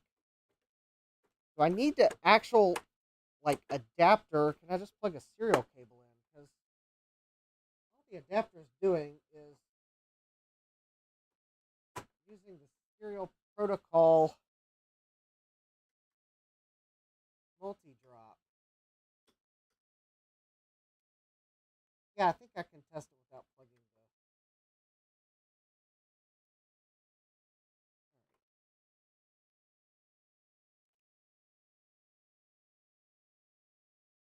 I was going to build the adapters first, but I don't need to. All I need to do is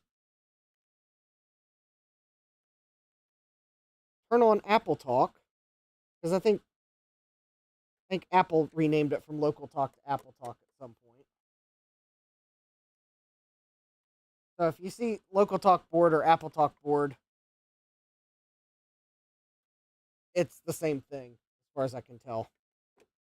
Yeah, I can use a serial cable. I don't need to build the Ethernet adapter to test the LocalTalk option board. I just need to.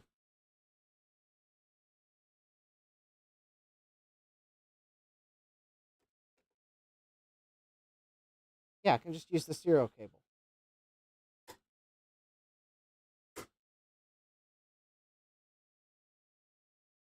Oh, okay, that's fine. David's asking, what is LocalTalk? All right, LocalTalk was Apple's name for their, I guess, serial-based networking. So the Macintosh serial ports use, I think it's RS422, which is a serial protocol. It's a serial standard that supports multi-drop serial. So you can have more than... So multi-drop being that you can have more than just 2 devices on one serial port.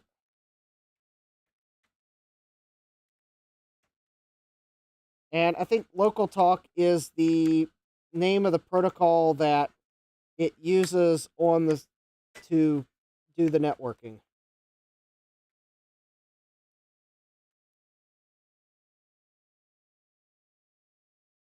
Because the physical serial...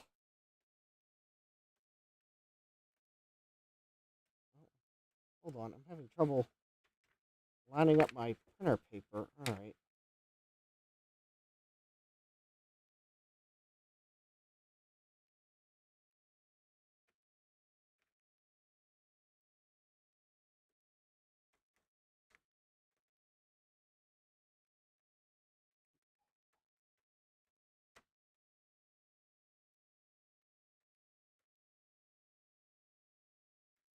Did I get that in right?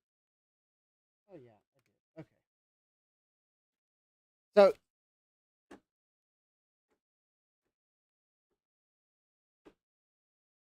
yeah, Thomas Armstrong says 422 worked its way into USB. Yeah, I think... Yeah, I think the concepts of RS422 were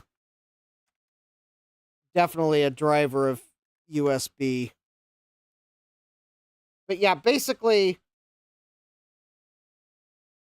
RS422 is a multi-drop serial standard. So over the serial port, and the other important thing is it's differential serial. So the serial itself doesn't... So RS422 isn't a networking standard, it's a serial port standard like RS232 and RS485, but it supports multiple drops. Your software layer running on top of it would have to implement the support for actually using those multiple drops, but the serial standard itself specifies like the type of cable and termination and whatnot you would need, and max distances and whatnot. So whatever you want to do over the physical medium, you can. So LocalTalk... I unplugged the power back.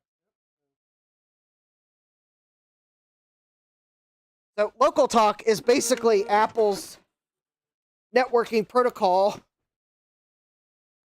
that would be running over the serial port and handling having multiple, I guess, devices on the serial port. So I hope that explanation was like somewhat coherent. Windows didn't really have a thing like LocalTalk, although I believe Apple did have like LocalTalk for PCs. think PCs really kind of you just bought networking equipment and were happy with the price. But I think where Apple was selling into schools, I think that's probably why they came up with LocalTalk, because Ethernet had a high entry price.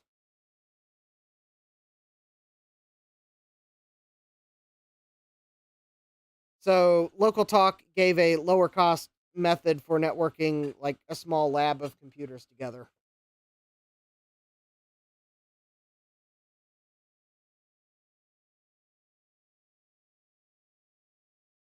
Okay. Yeah, PCs I don't think really did that, but then again, I do know that for industrial use, PCs did their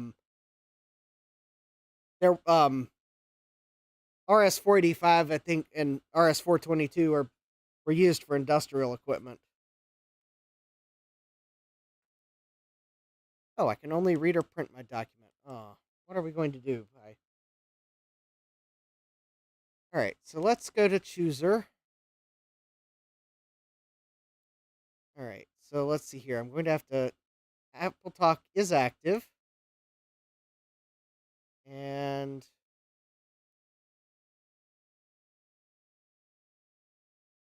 oh, hold on.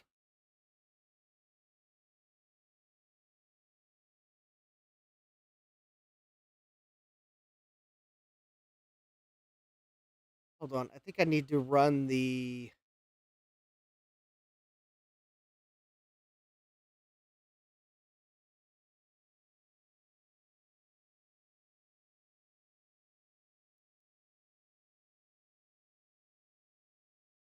It's like a namer utility or something.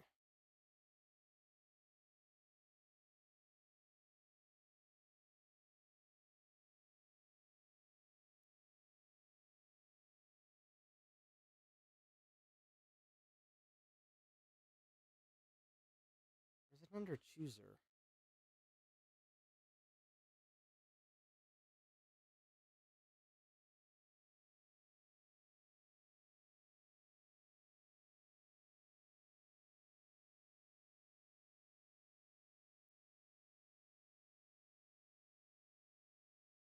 Oh, let me guess. I gotta use the serial port. Of course. All right. I should have known. Or the modem port. All right.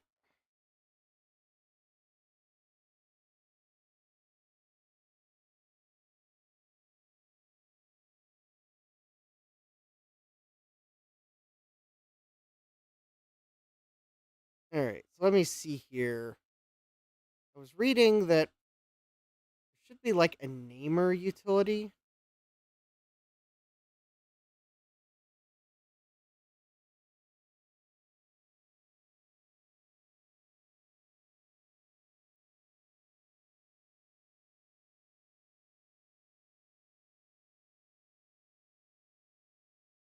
Local Talk built in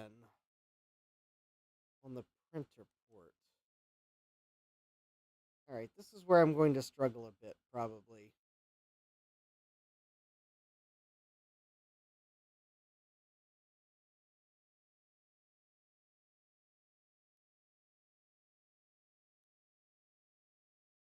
Fine. I don't want to modify it. No.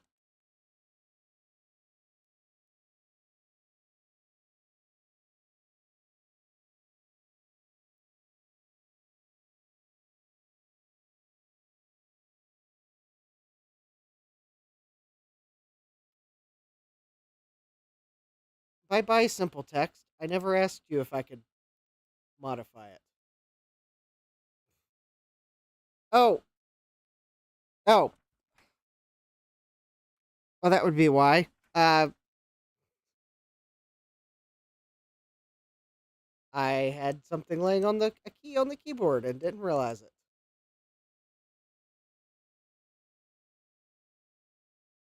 Okay, print. I don't know if this is going to work.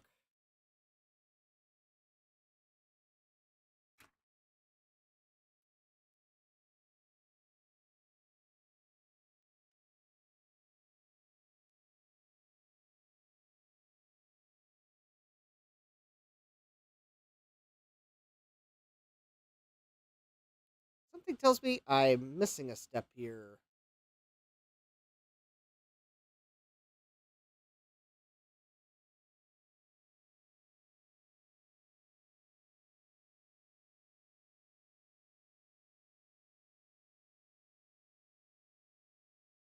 Hmm.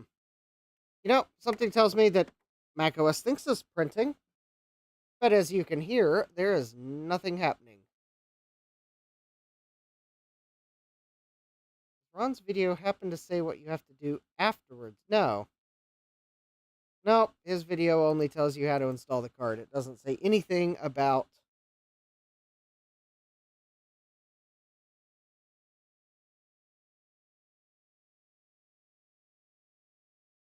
what you do in macOS afterwards.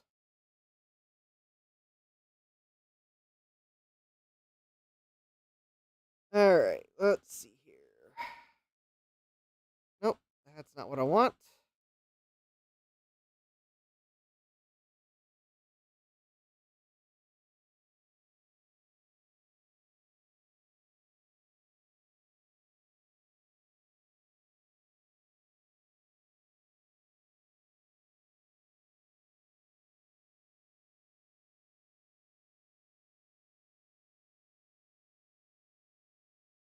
All right. Printer have a buffer in it. Yeah, it has a 24K buffer, but it should be using LocalTalk, and macOS is obviously not using LocalTalk. You do not have to restart to enable. Okay, that tells me that Simple Text thought it was printing, but it was not.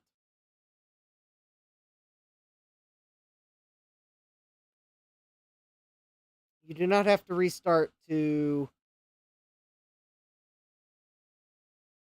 change the LocalTalk setting. I do know that for sure. I'm missing a step. It's like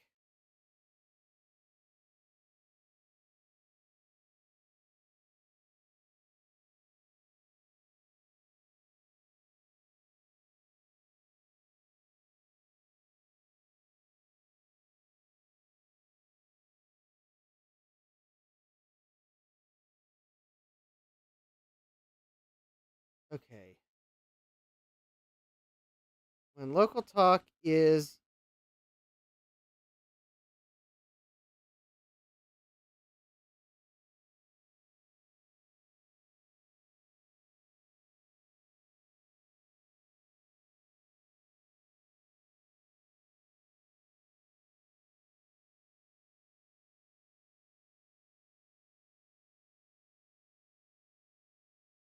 oh, maybe I do need to build an Ethernet or two. Because I was thinking I could use a serial cable for a point-to-point connection, but I don't know that that necessarily will work.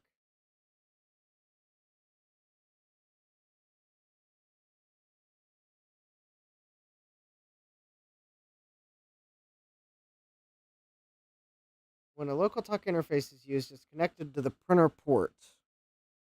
All right, I am in the printer port.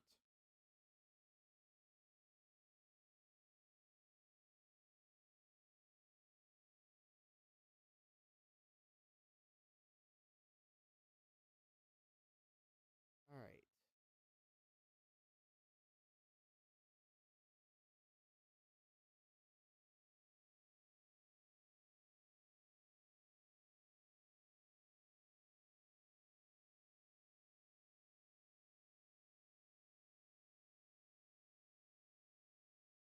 Uh, no, the port is set to LocalTalk in the chooser. However, as I mentioned, so AppleTalk is active,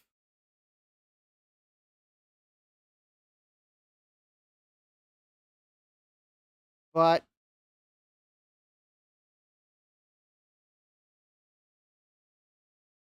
when AppleTalk is active, I think there's something else you have to do to actually pick the printer. And Steve's not in the chat, so I don't know what it is. Or I didn't install something when I installed macOS. trying to do a web search to figure it out.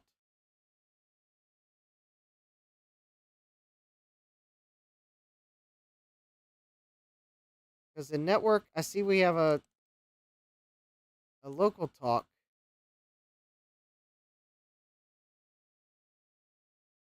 All right, well, we'll talk to you later, Sylvestron. I'll figure this out at some point.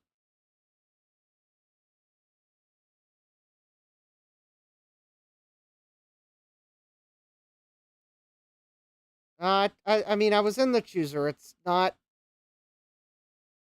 because the thing is, if I click ImageWriter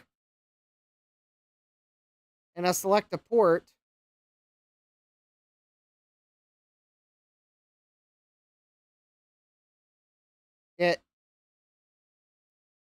that's not the right thing. I know the ImageWriter can be on LocalTalk because that's the whole point of the LocalTalk card.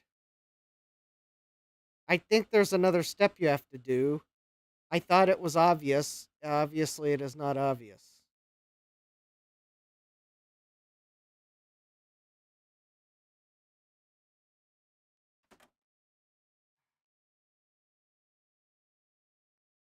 Well, I will have to move stuff off my bench to build an Ethernet. If the problem is that I can't just use the serial cable, then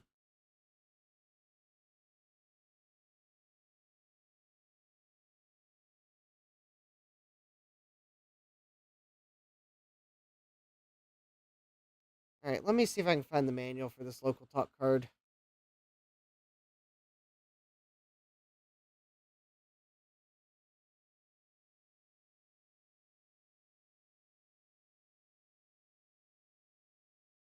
I found the technical reference for the ImageWriter, but I don't think that covers the LocalTalk card.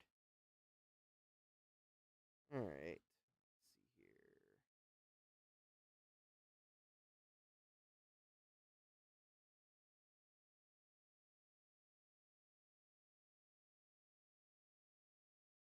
All right, well, I guess I can check page 19.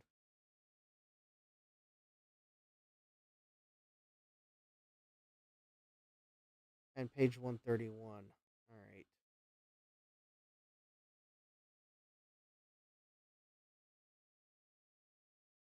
Page 19 has the dip switch settings. I can double check that the printer's set correctly.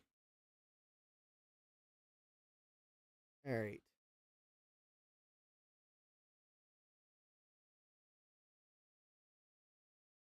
Okay, so all right, I am checking the dip switch settings. So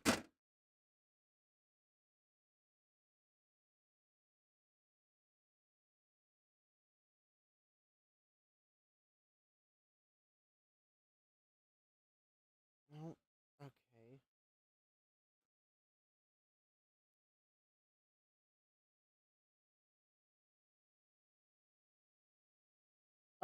Okay. So according to the manual, first switch 1 should be open, 1 2 should be open, 1 3 should be open. Okay, which they are. That's for America's, the default character set. All right. Switch 1 4 should be open for 11 inches. That is correct for the form length. Switch 1 5 should be open for perforation skip inactive, which I guess if I want to print continuous, I should leave that. All right. So switch 6 should be closed and 7 open. That's the default for 12 characters per inch. I think that's for the default font. Switch 1 8 should be open for no line feed after carriage return. Okay. Switch 2 1 and 2 2 should be closed by default. Switch 2 3 should be open, and switch 4 should be closed because I have the option card installed. And 5. Okay. So the dip switches are set correctly in the printer. Let me go to page 131 and see if the section on the AppleTalk card gives me any hints as to what I have forgotten to do. course, it's probably going to be my luck that it's just going to tell me to go find another manual. AppleTalk. Oh, there's only one page on the topic.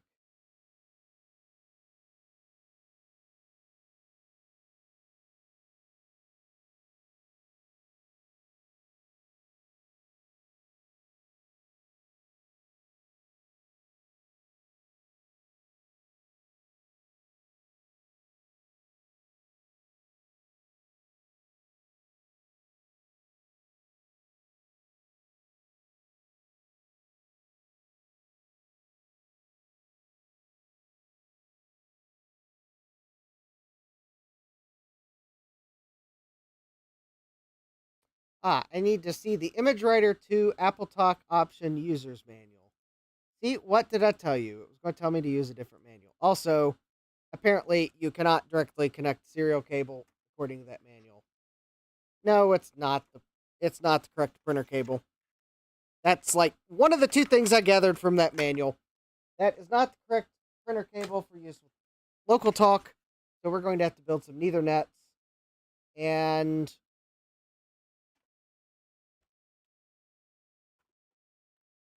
to do that, I'm going to have to clear my workbench.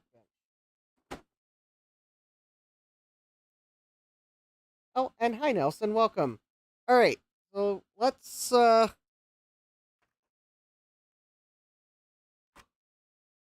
if I can get my bench clear enough to build.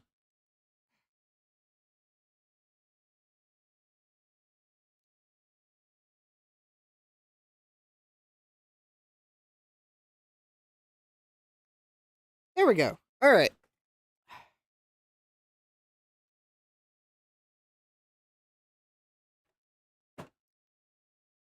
Because according to the ImageWriter technical reference, when you're using LocalTalk, you have to use a LocalTalk cable.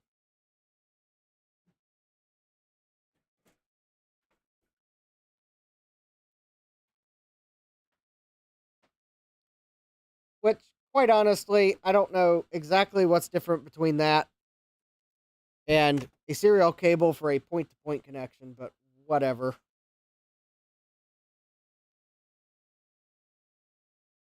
Maybe there's something about however it works with LocalTalk that, I don't know, maybe the termination is wrong with a point-to-point serial cable. All right, so I gotta... Okay, gotta move the printer.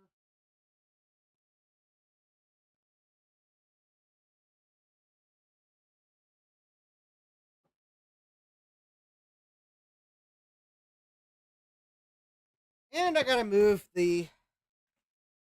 Don't let it fool you, this is a Quadra 700.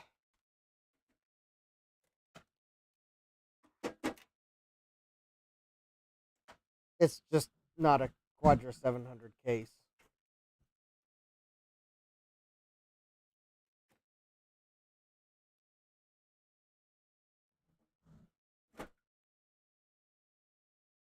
The only part of the Quadra 700 I have is the logic board.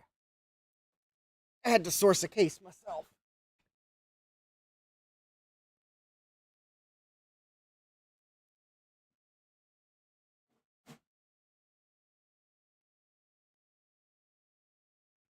And Quadra 700 cases hardly ever show up on eBay. And when they do, they are at quite regretful prices. Hey. I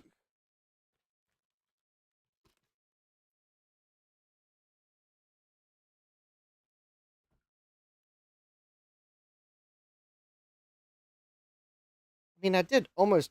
Well, I actually saw a Quadra 700 show up on eBay.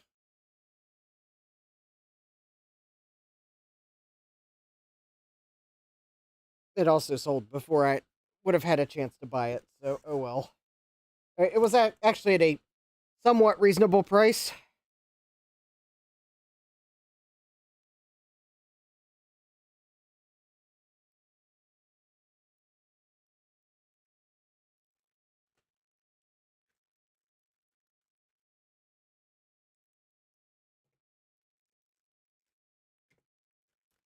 All right, I will probably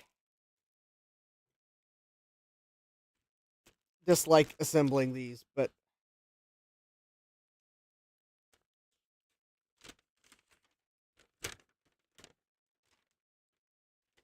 all right, so we have the Ethernet pinout guide here.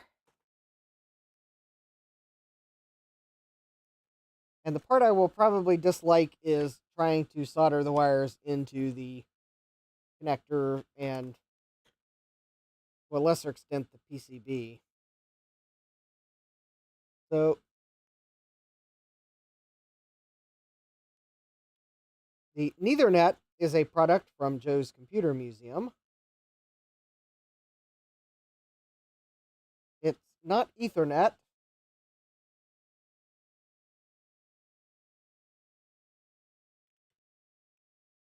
But it uses Cat5 cables to replace the functionality of the Farallon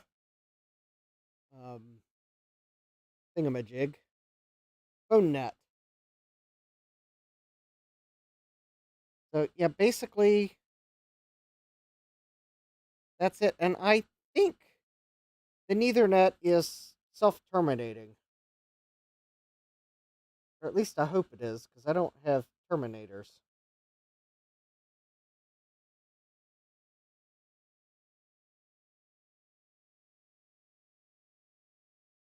Anyways, you solder it together.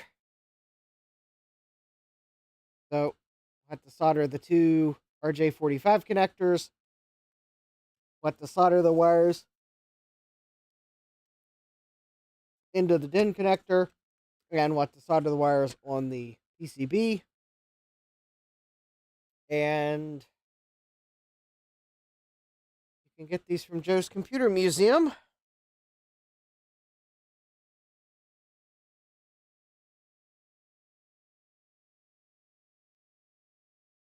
And I think that's all you have to do. And then you can plug them together. I don't think they require a terminator.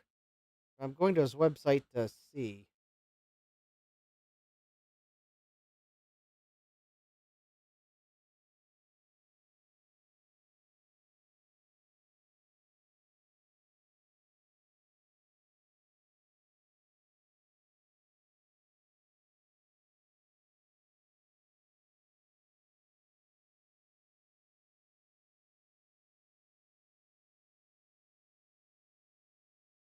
All right, I'm gonna have to probably go to YouTube.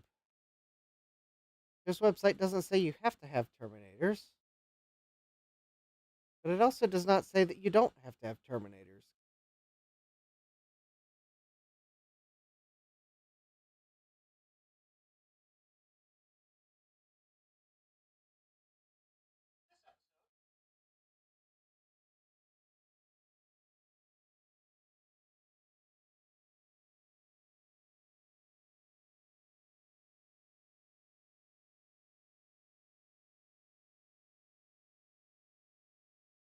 Oh, one.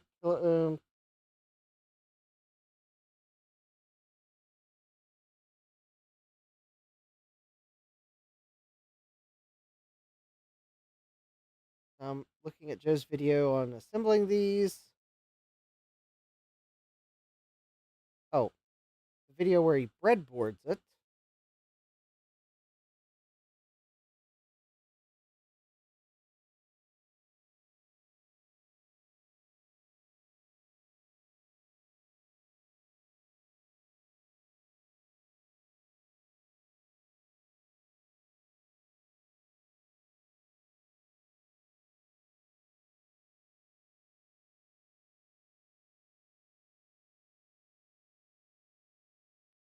And I don't see. Yeah, these must be self-terminating. All right. Well, how did the printer segment go? Well, I got the LocalTalk board installed, but I got to build a adapter to be able to. Oh yeah, it printed. But in order to use LocalTalk, I got to build some adapters because you can't. Apparently, when you have LocalTalk enabled, you can't just use a point-to-point serial cable for reasons that the manual doesn't really explain.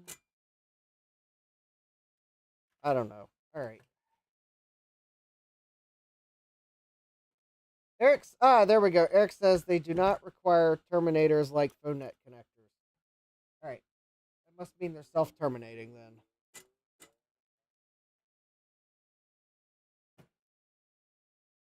All right. So let's go ahead and solder these.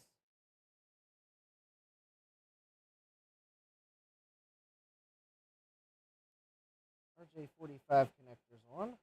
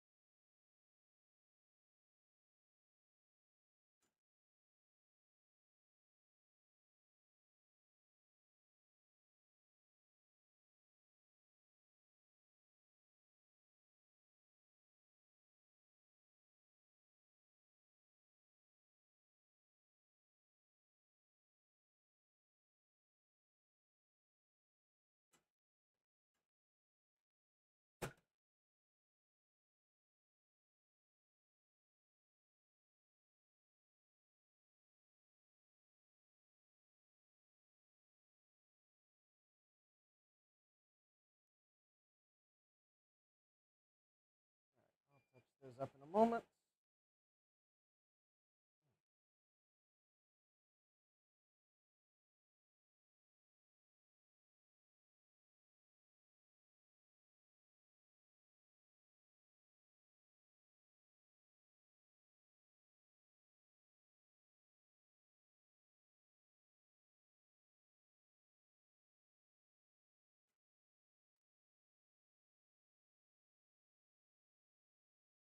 I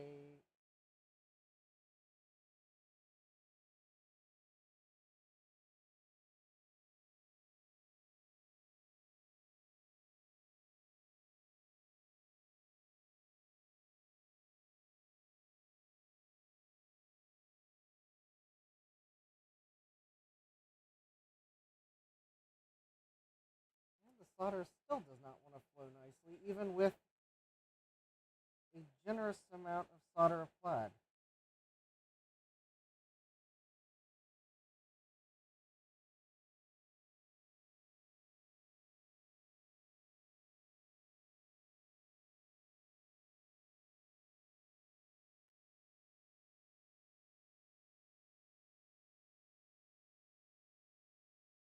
Oh, I mean, it's soldered. All right.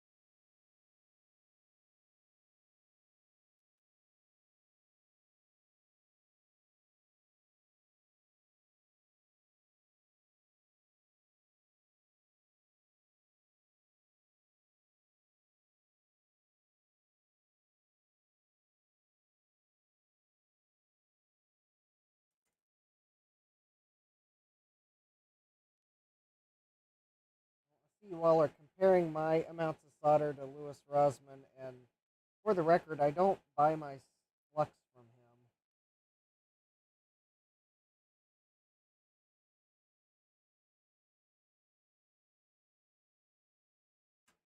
I gave up with trying to figure out the Amtech, Amway, um, whatever the other brands are. I gave up just trying to figure it out, and I buy Chip Quick.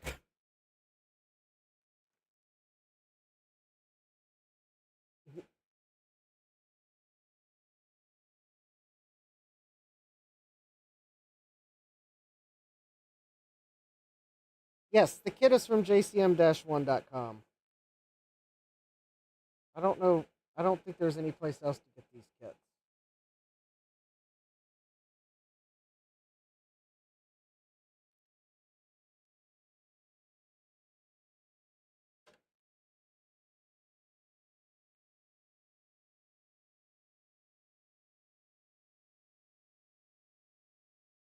And I think I just realized I don't have a tool for...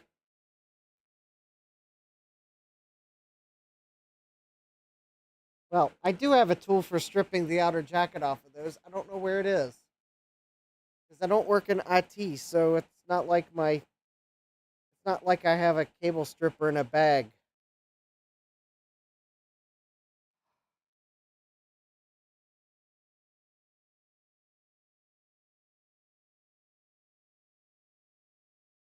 Somewhere I have the tool for removing the outer jacket. It just dawned on me that...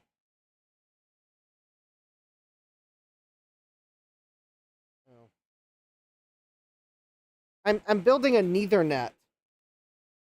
It's a it's a phone net like adapter from Joe's Computer Museum that uses standard patch cables instead of phone cables. I've got the stripper that removes the jacket from these cables somewhere too, but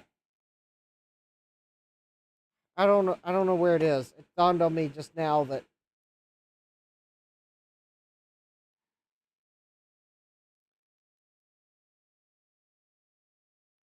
I don't know where the tool is. It's probably with my RJ45 cable crimper, which I'm not exactly sure where that is either.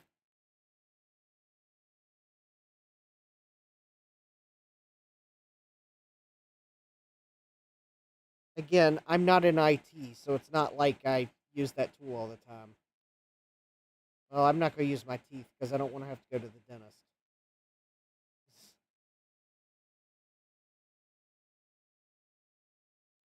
Alright, I guess I'll try to use these. I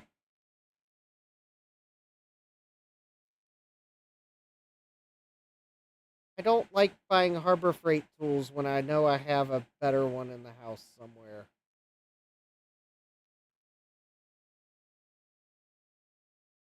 Because I got basic wire strippers, but I like the ones that get the jacket off the wires without cutting too deep. I've got a set of those somewhere.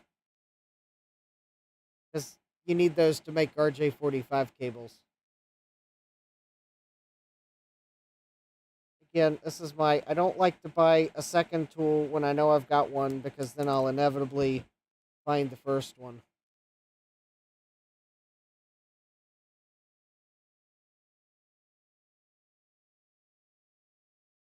Yes, Harbor Freight is good for tools you lend to neighbors, yes. Alright, well I managed to get the outer jacket off, so let me see if I can...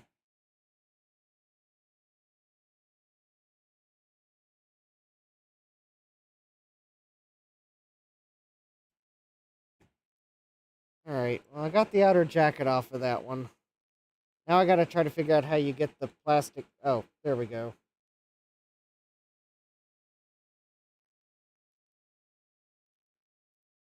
And now, how do we get the...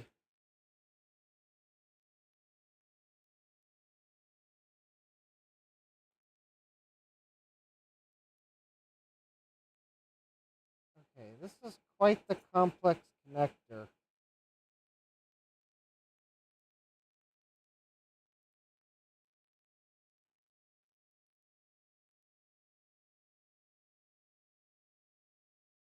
Wait a minute.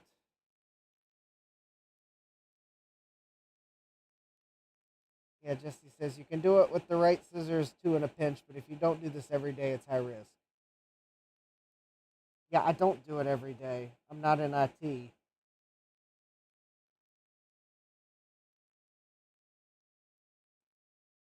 I build a test fixture and it's got patch cables on it, I buy pre-made patch cables.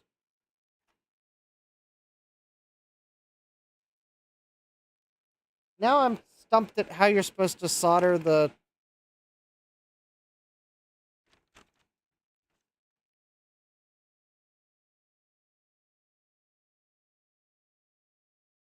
No, Mike, I'm not a woodworking shop teacher at the local high school.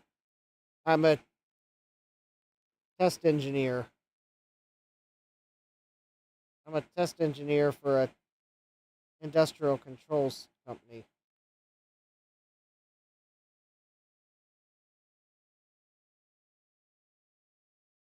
But the thing is, I don't crimp Ethernet cables as part of my job.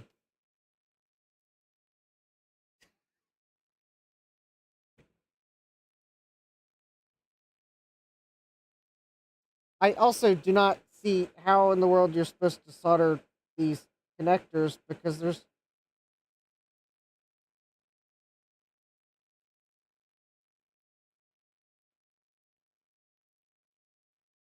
Hold on. I think the connector might have been. That is pretty cool. Alright. I get to sign.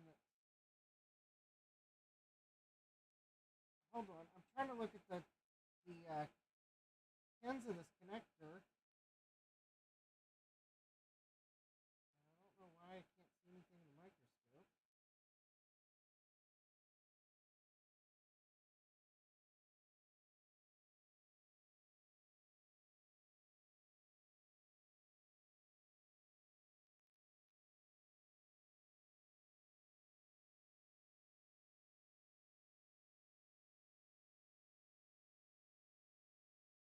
Okay, this is the style of solder connector I don't like.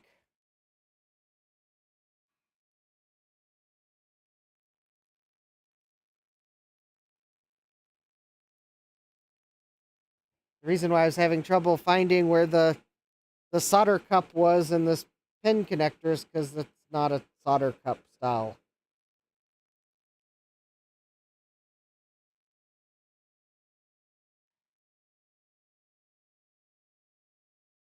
I I I don't know if I'm gonna be able to put it together, Thomas.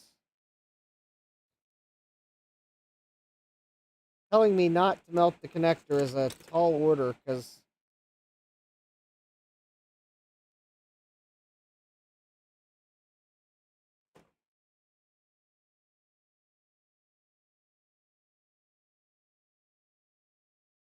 and the thing is, it's not a solder. I'm used to the ones that at least have the solder cup, so at least you have somewhere to put the wire in while you're trying to solder it. Sadmax says, I assume you're already trying not to. Well, I'm going to try to not melt it, but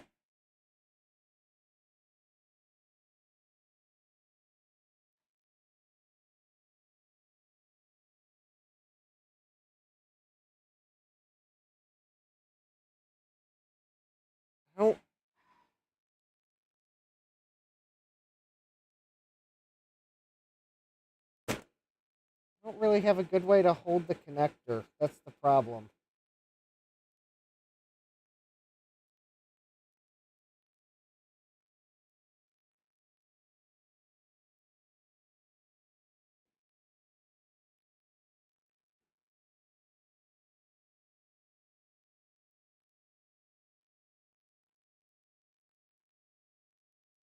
Because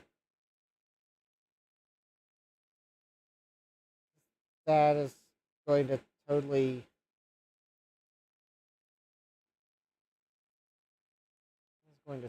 fall off. That might be a little better. That's not really on there that well.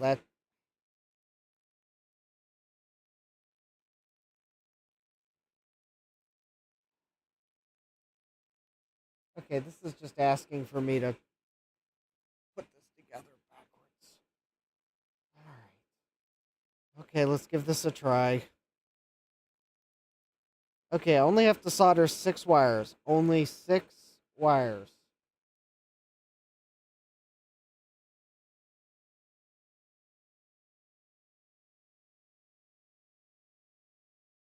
I don't have David, I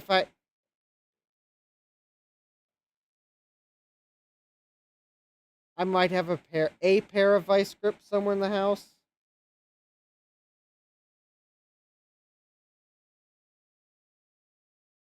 but I don't know where they are. I don't have a wide variety of tools. I certainly don't really have a tool that's going to hold this that well, because I'm afraid this is going to fall on me. I know you put it together one at a time.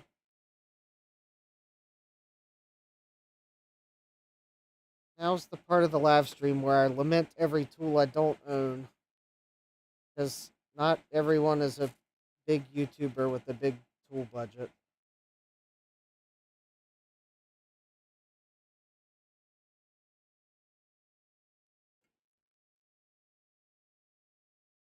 I don't even know what gauge wire this is to know which.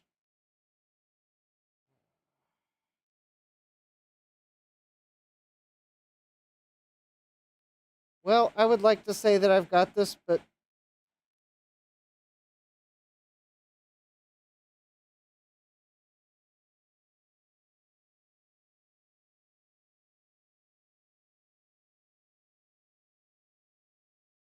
my thumb's been aching all day from arthritis, so.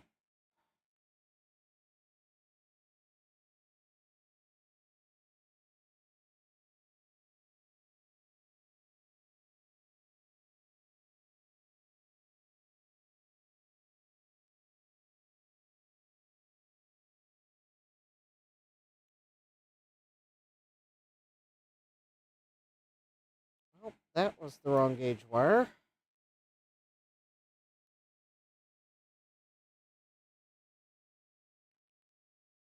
Um,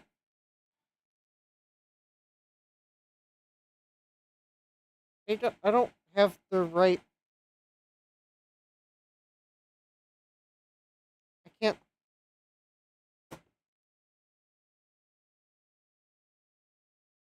This he says Cat 6 is.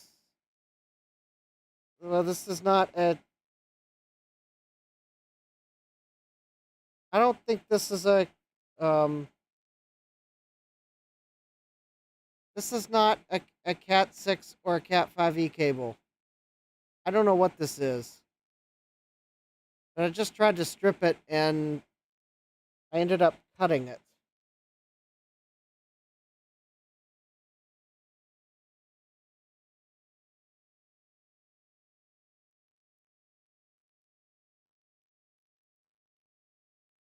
Well, I got well, I mean, I've got a helping hands. That's where this thing came from. But there's not really a lot of space to grip onto this connector. And I'm having trouble stripping the wires because I don't know what gauge it is. I don't know what kind of wire it is. Unfortunately, I got a piece of it that is not marked with the gauge. Yeah, I'm like right now I'm stumbling through trying to figure out what the gauge of the wire is so I can strip it.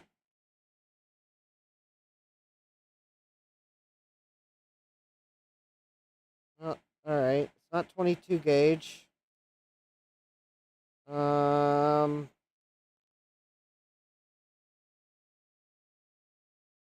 well, that's not good.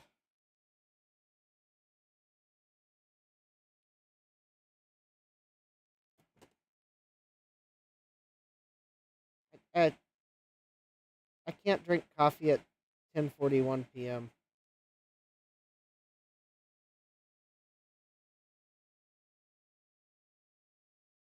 I know I'm okay. Let me take a moment because I'm just.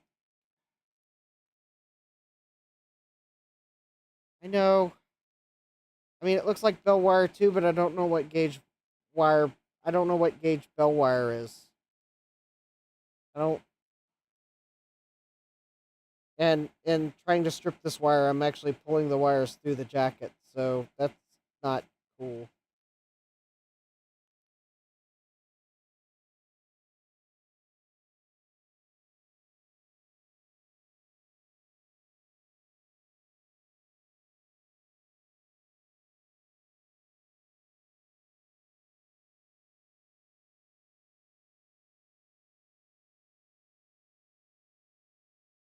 Wait a minute. I do what I think I did.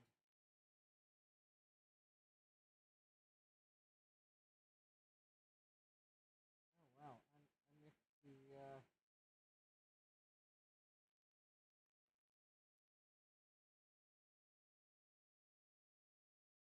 I somehow scarfed the gajibers out of that cable, and I don't know how I did it. All right. Well, I mean, I can ask Joe, but I don't know if he's online.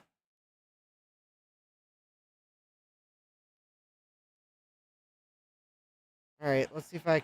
Well, maybe he is online.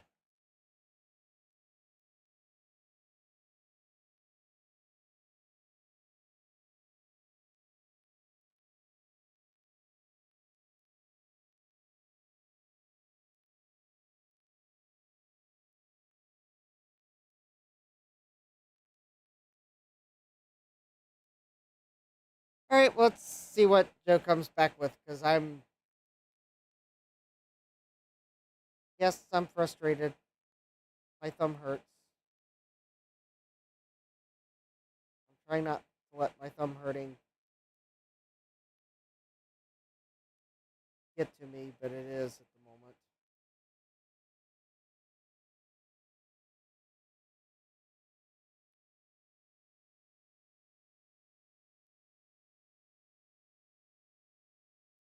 And I just pinged Joe. Let's see if he can let me know what gauge wire it is.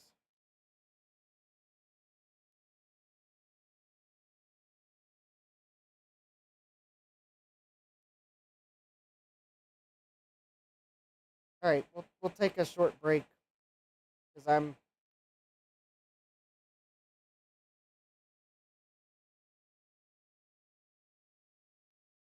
already spent my eBay budget for the week, Thomas.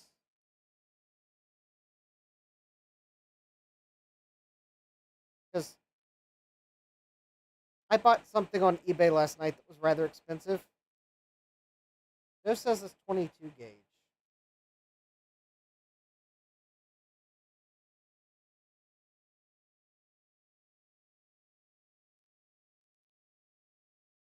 All right, well,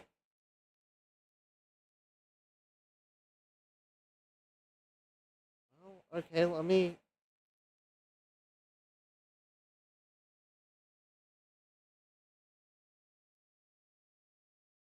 Well, maybe it is 22 gauge.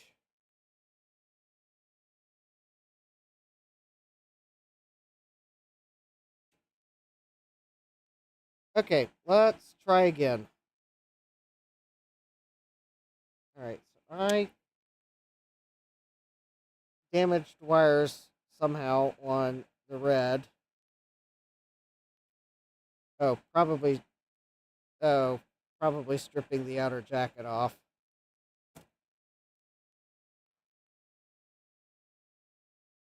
Okay.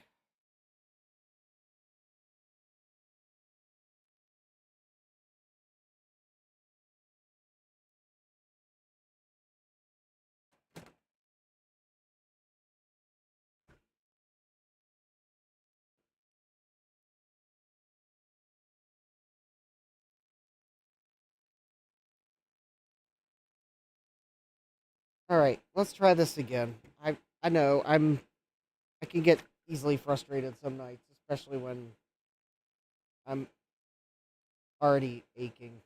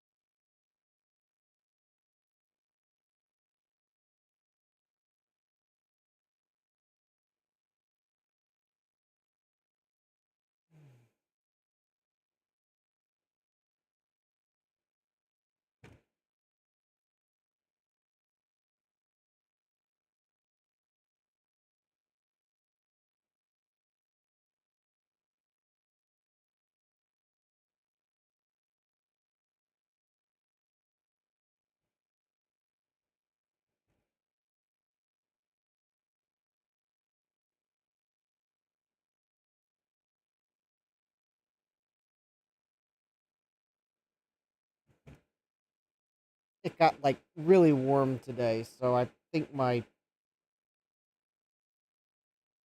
ache is weather related.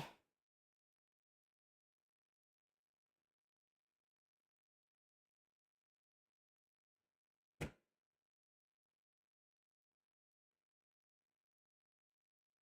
course, that means it's just going to be aching again when the weather cools down again.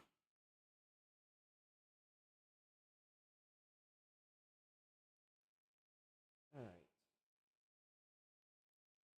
Well, I should probably solder this connector first.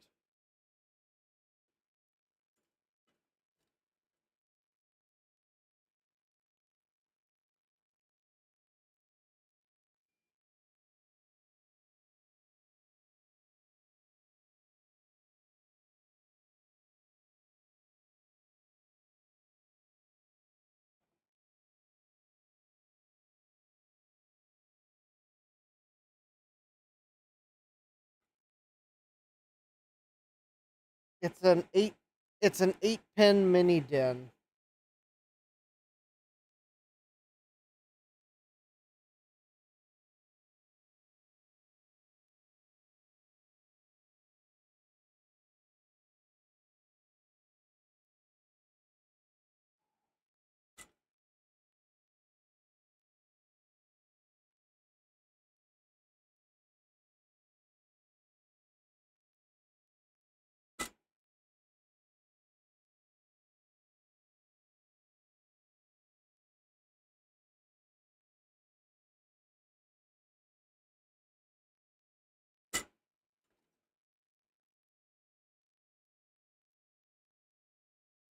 I have no idea what diclofenac cream is.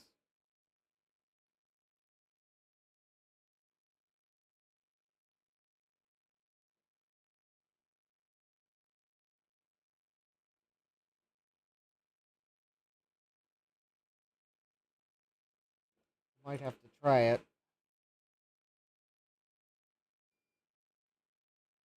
I have honestly never heard of diclofenac cream.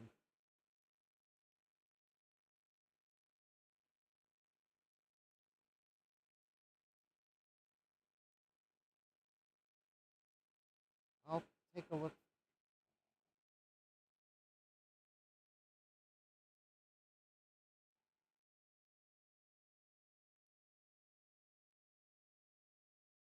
All right, we are.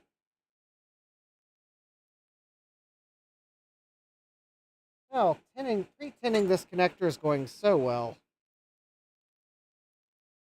Oh,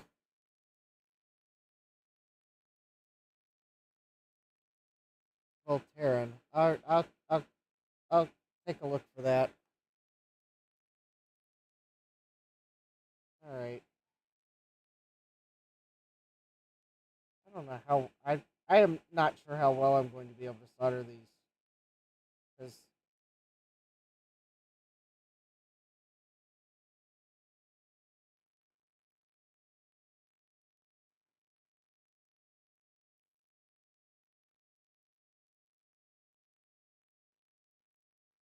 I have to solder 2 wires to the middle pin.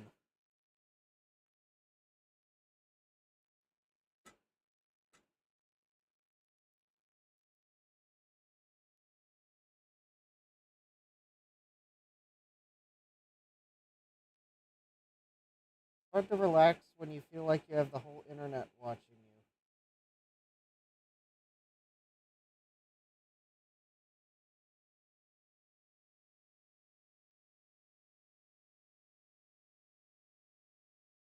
And when you already tried to pre-tin the connector and the solder was blobbing up.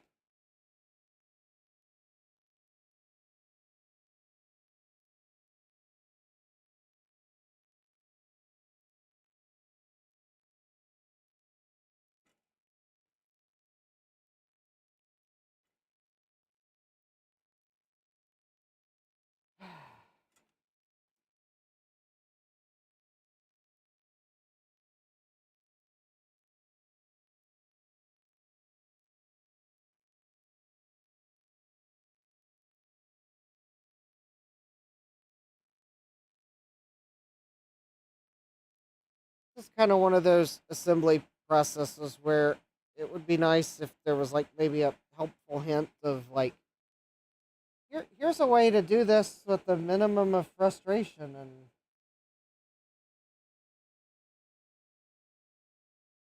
here I am just trying not to short out pins on the Mac that I connect this to. And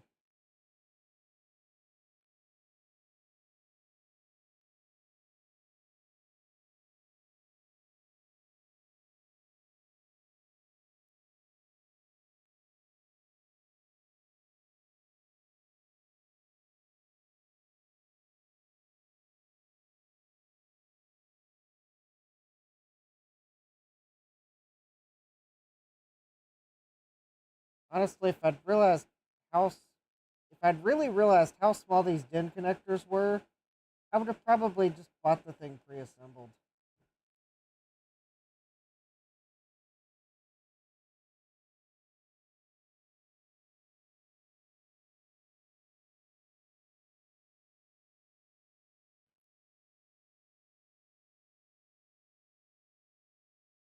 All right, well, I'm not going to be able to give you all a good view of what I'm doing anyways, so I'm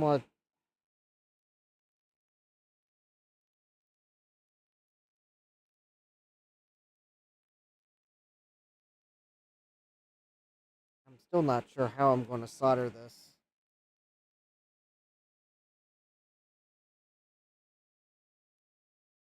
Eric says, I made Joe's connectors from perf board and random parts. The connector is the hardest part.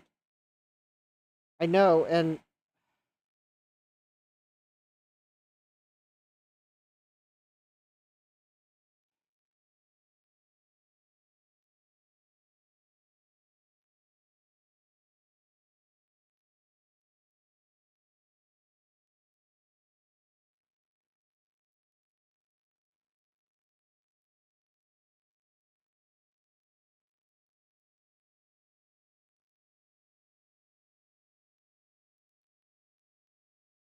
yeah, I'm with you there, Mike. I've got a small connector. I'm trying to get a good vantage point on it. The pin I got to solder, because I really need to solder the middle pins first. So I got to see around the other pins.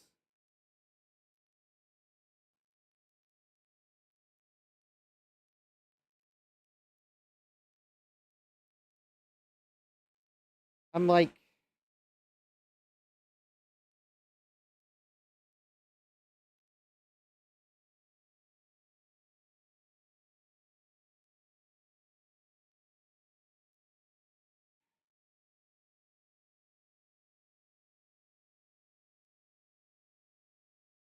I'm not doing this under the microscope because my stereo microscope is,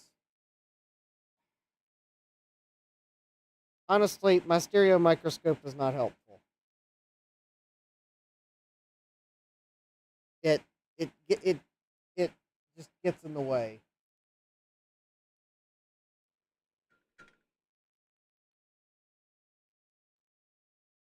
And this microscope here is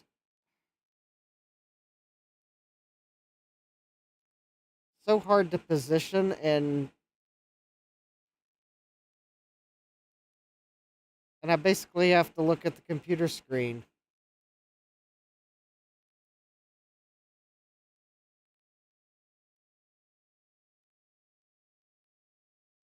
I've I don't have 6x head. I don't have any of that.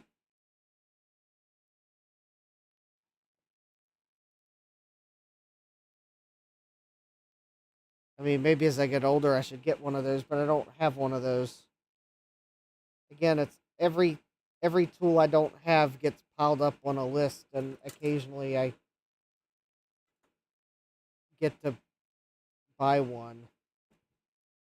And the problem is there's so many tools at the top of my list, it's hard to prioritize them.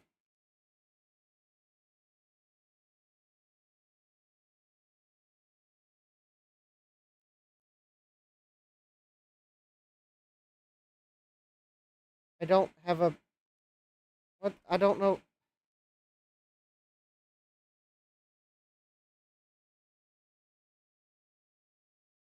Jack's asking, the stereo microscope gets in the way. Do you not have a Barlow lens?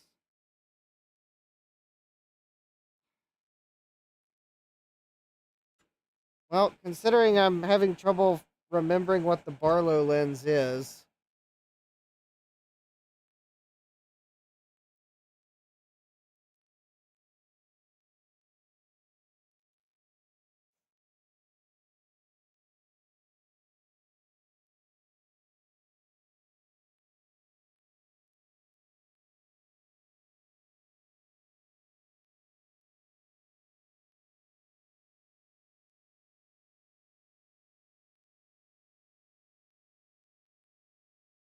Well, maybe gets in the way is the wrong term. Yeah, I'm pretty sure I have a Barlow lens on it.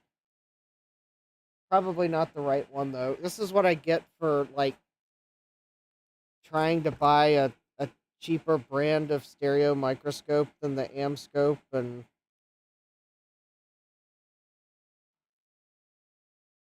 if only I'd bought the thing on eBay, it would be perfectly complete, because I've kind of regretted the stereo microscope I bought.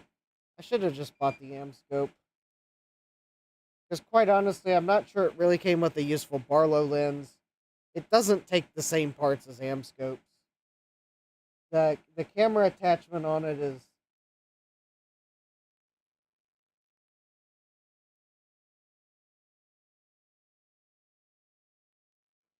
I don't know, not centered with the eyepieces. Good night, Eric.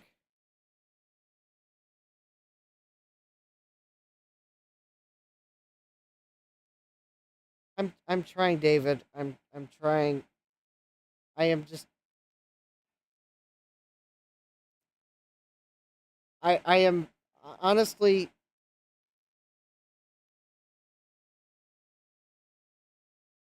Oh, that's probably one of the problems, Mike. This DIN connector doesn't have a slot to put the wire in. That's why I'm having so much trouble with it. Yeah, oh, Jack says, I don't think I ever realized that you don't have an Amscope. Yeah, I tried to buy something cheaper, and I regret it. That's why you never see me use it, is because it's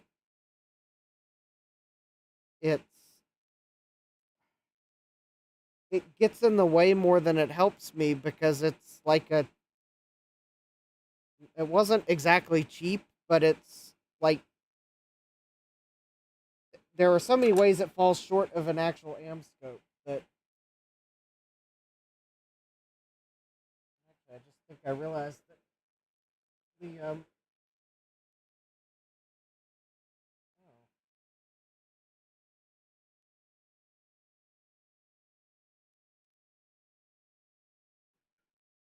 I think I just realized that the iScope is broken on the like camera view scope thingy on it might be broken.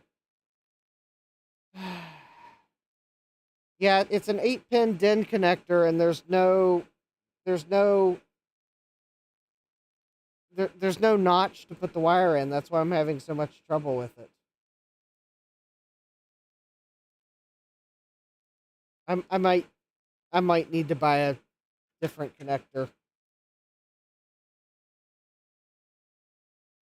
because I'm like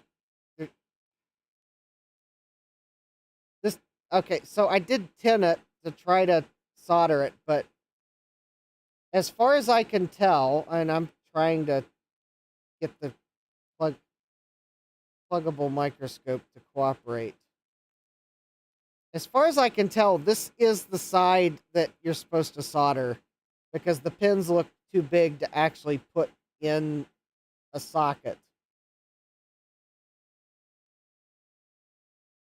There are no notches or grooves. No, I haven't tinned the wire I'm trying to put there. But here's the thing. This is the other side of the connector. Before anyone says, "Oh, you got it backwards," well, there's no grooves on this side either, and I think this is the side that goes in the connector.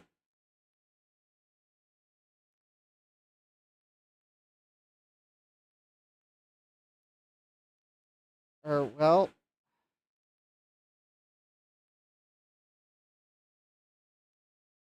I don't think there's a. I think what we're seeing is the rounded end of the pins, not a groove. But yeah, that's the rounded end of the connector.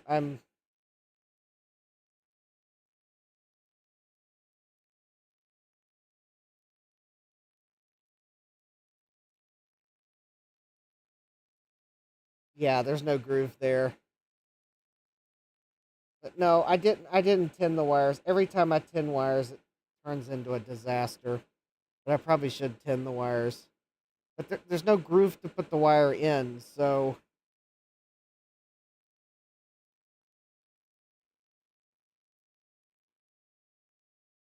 Mike says, I've done a lot of audio jacks, repairing, building, etc. Never saw a DIN without a back end female point of contact to insert the wire.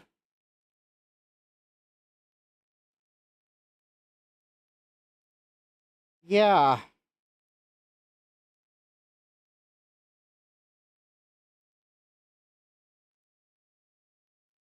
this would be the first time I've not seen one either, so all right, I think I'm going to have to pause my attempt to build this thing and get some better DIN connectors because there's I have nowhere to put the wire while I solder it. I don't know what connectors Joe orders. I don't have a CAD drawing for him. These are what was in the kit. Mike says I would cut my frustration and just order a manageable DIN 8. Yeah, that's what I'll do. Um, that's what I'll do. I'll call it on these DIN connectors.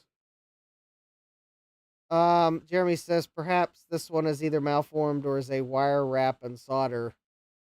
Well, if it is a wire wrap and solder, then this wire is the wrong kind of wire for a wire wrap and solder.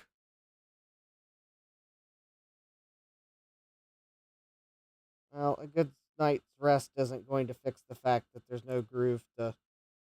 And I just disassembled this other DIN connector from the other kit, and it's the same. There's no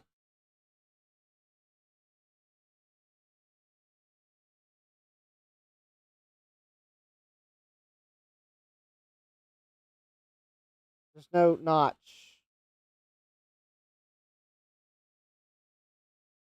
That would require an awful lot of wire to wire wrap it.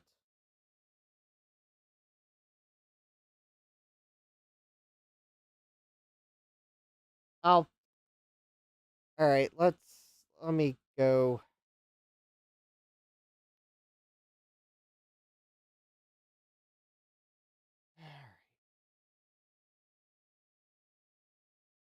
All right. Let me go to Mauser, D-sub connectors. Oh, wait. Wrong one. That's not a D-sub connector. DIN connector. I need some D-sub connectors.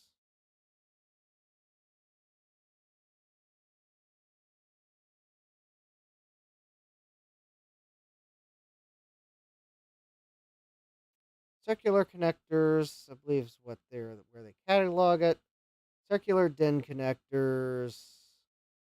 All right, so this is a mini DIN 8.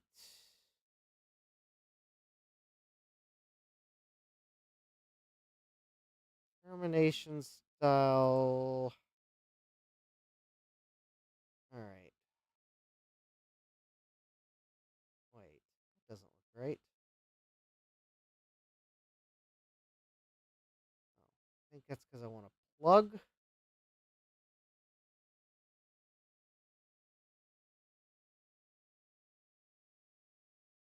Termination style solder.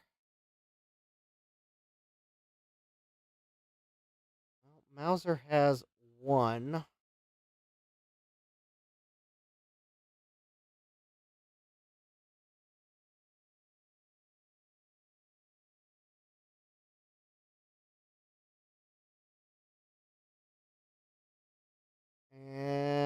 I'm not going to buy one that I don't see a diagram for first. Alright, well, I'm probably going to have to go search for one.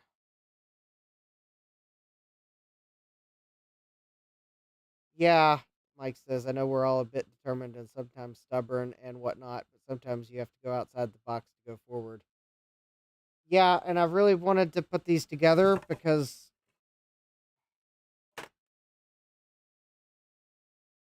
Well, I kind of wanted to verify that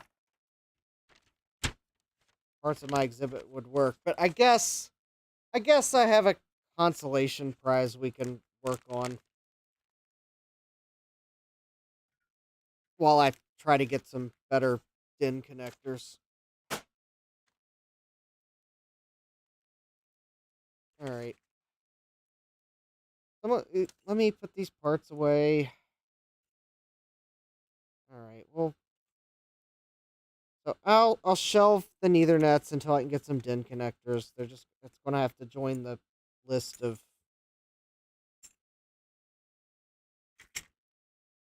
priorities.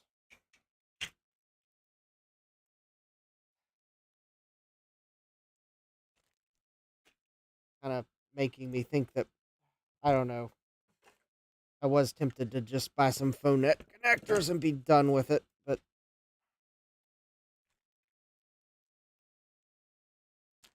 Tech says, I wonder if you can find a mini DIN 8 cable cheaply enough to just cut it in half and use the end. Yeah, that's a thought. That is a thought.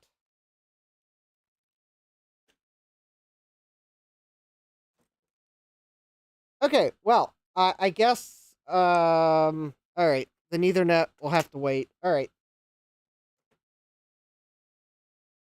Let's pull another item on the bench that I may need for VCF East.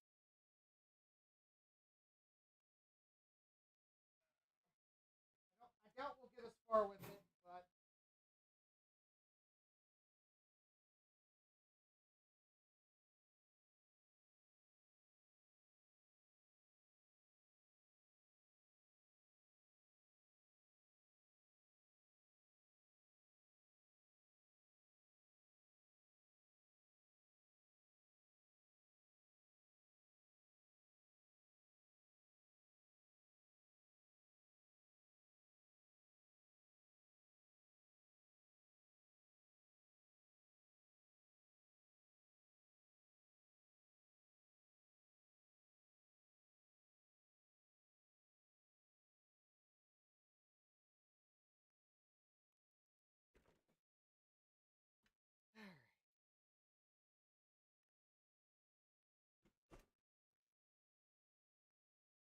Okay.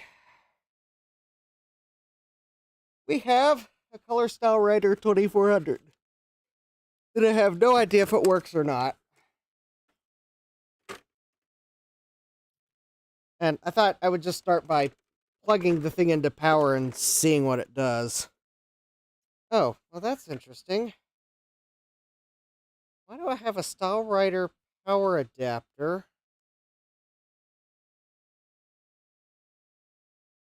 Oh, that's for the other StyleWriter. Okay. I have a StyleWriter II as well. I think it uses that power adapter. It's a Color StyleWriter 2400. It has color well, it has ink cartridges in it, but they're most certainly dried up and probably useless by now.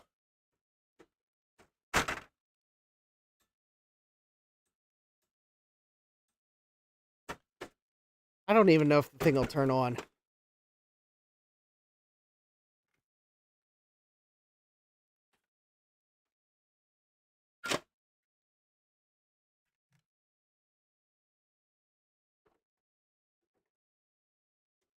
I'll have to go upstairs and get some paper for it. All right, let's just see if the thing even turns on.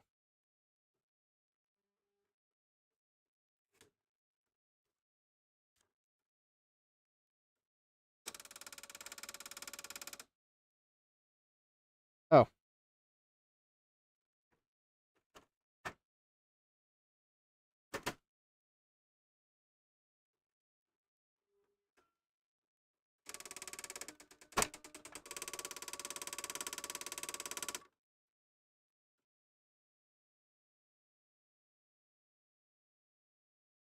well, that could be a problem.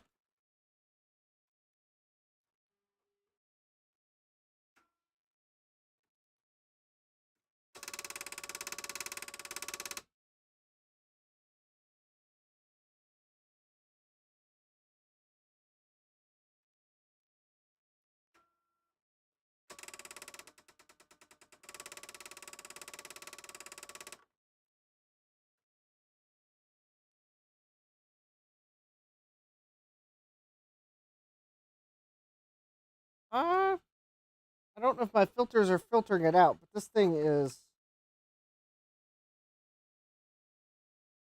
making noises it should not be.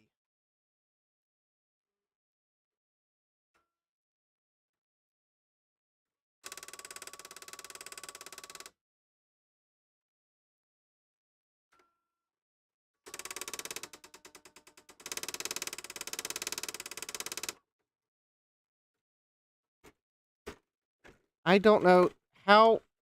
I don't run Windex through a jammed inkjet printer. I don't think Windex is the problem. I think there's a broken gear or something.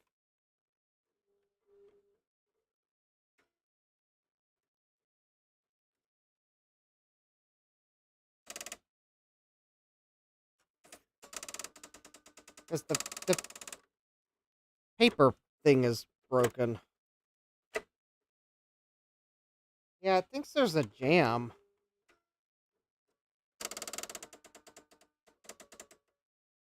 Yeah, it's something with the inkjet head. I'll show you what it's doing here. I doubt I can do much. The ink cartridges are probably dried up. But anyways. So, forward feed seems to work.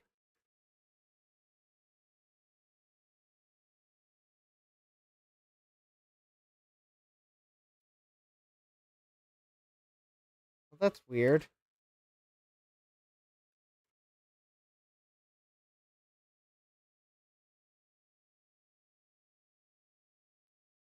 So all I got to do is put the printer in this orientation, and it won't make the grindy, clicky noise.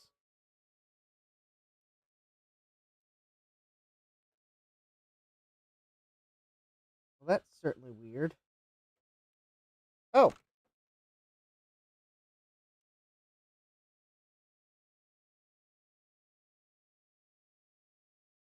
Well, maybe the head assembly wasn't seated all the way.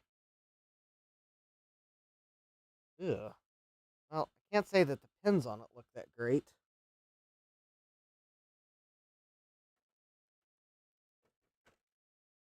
All right, let me put the...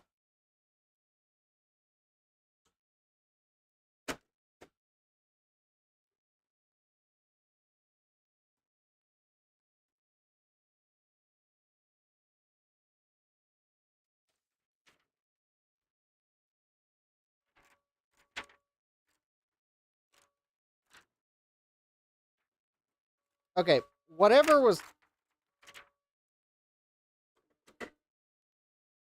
Apparently I have dislodged whatever was grinding in it.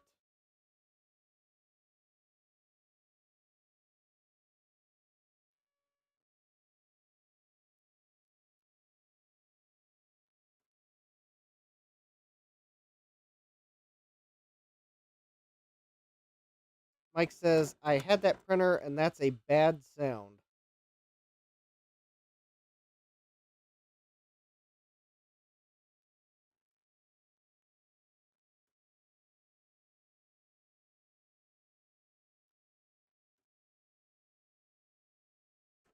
Well, it stopped making it, but I guess that's not to say that whatever was making the noise is now broken.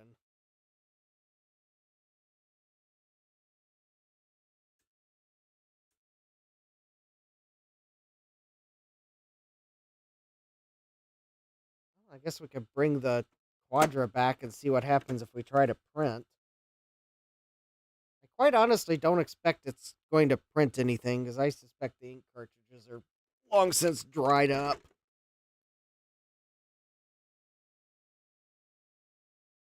kind of hesitate to buy cartridges for it, especially with it making that noise. Mike, if you remember what that noise exactly was, that would be helpful to know as I calibrate whether or not I want to buy some cheap generic cartridges to see if I can even get this thing to start printing. But if that noise is going to be quickly followed by it gears breaking, then assuming gears aren't already broken, then I will probably just steal the serial cable that came with it for other purposes.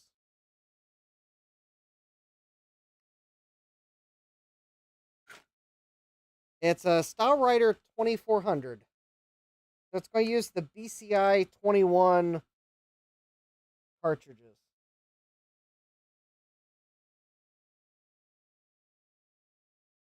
It's a Canon print mechanism, so it can take Canon cartridges. In fact, it's got Canon cartridges in it right now. Yeah, Canon first gen. Yeah, that sounds right.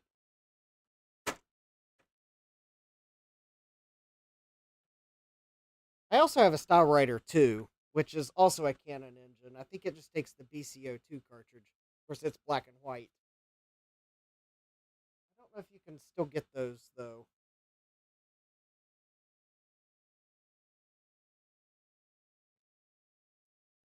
Because I think the problem with the BCO2 is the print head is in the cartridge. So I think they stopped making replacement cartridges for it.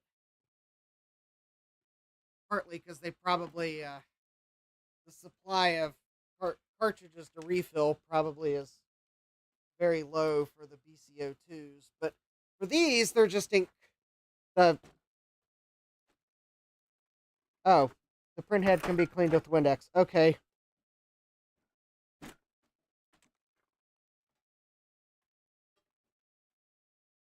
Well, I would have never guessed Windex for cleaning the print head, but then again, though, I did see the movie My Big Fat Greek Wedding, so maybe I should have guessed that Windex would be used for anything, including cleaning the print head.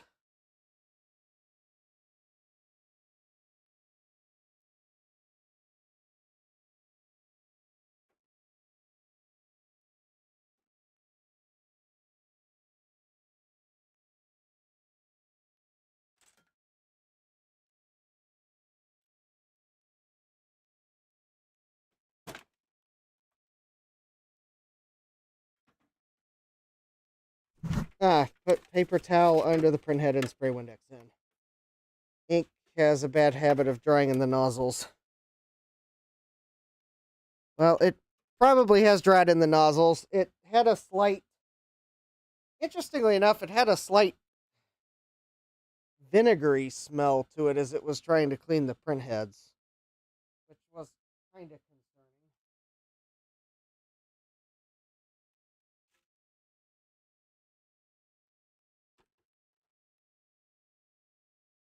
Only because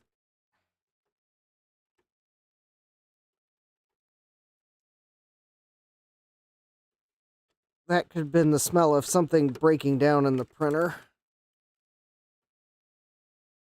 course, then again, maybe that's just what dried ink smells like, so maybe I shouldn't be that concerned. Alright.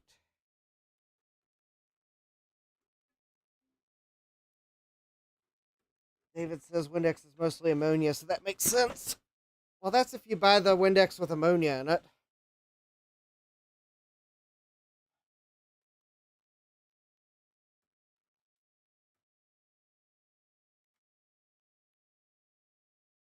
Thomas says they do make a proper kit for cleaning the head, but Windex is cheap. Well, I'm with you there. All right. I think I have the StyleWriter drivers installed on this Mac. Because I think when I installed Mac OS on this one, I think I just installed all the drivers because that was easiest. some of my Macs with smaller drives, I am a bit more picky. Yes, I know ammonia is a great solvent.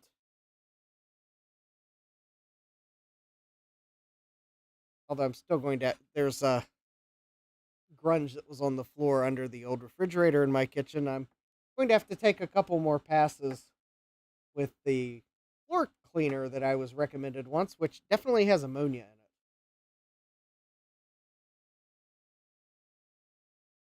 All right, AppleTalk inactive. Color StyleWriter 2400 connected to the printer port.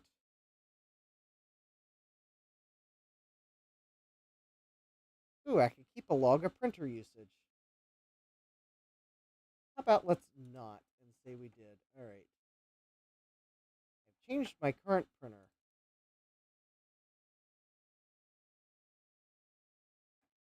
All right. Print.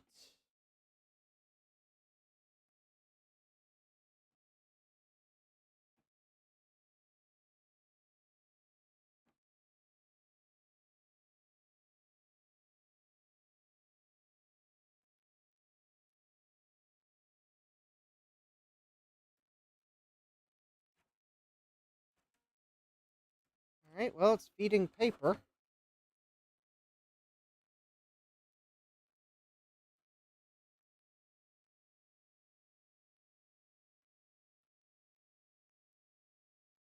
By golly, you will never believe what it's printing.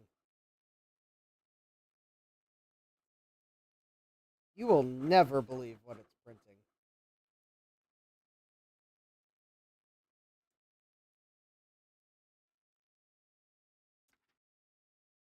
You won't believe at all that it printed absolutely nothing.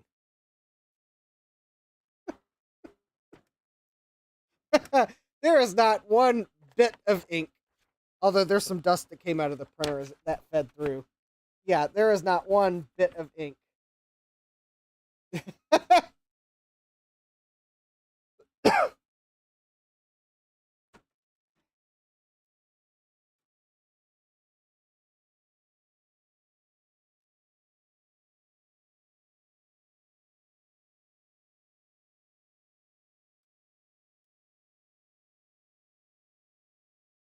All right, I am going to see if there is even any resemblance of ink on the end of this print head.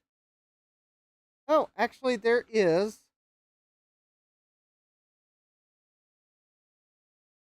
Oh, interesting. I was for sure. Well, I'm pretty sure that ink cartridge is probably dried up, but apparently there is some. Oh yeah, that. Yep, that black cartridge is. Oh, that is dry.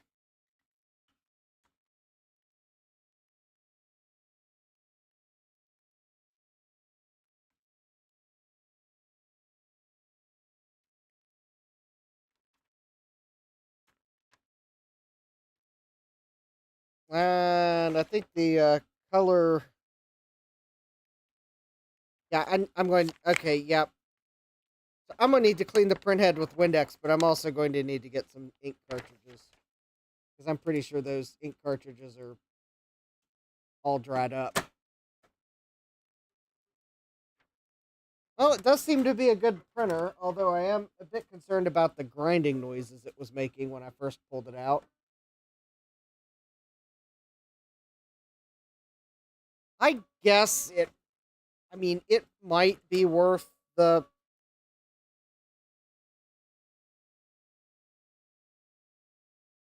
How much for the cartridges? I found a place online that was selling generic, of course. There's like one black and two color compatible cartridges for $24.99.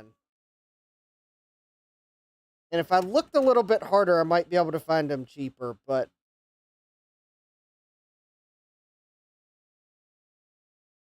they do claim to have a 3-year warranty and 90-day returns. So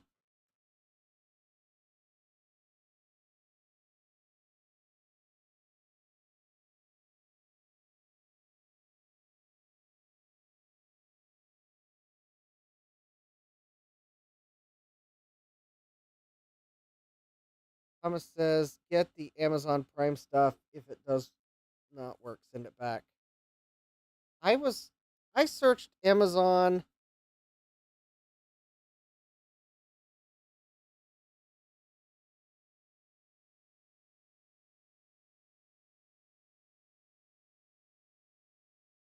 Why did I not?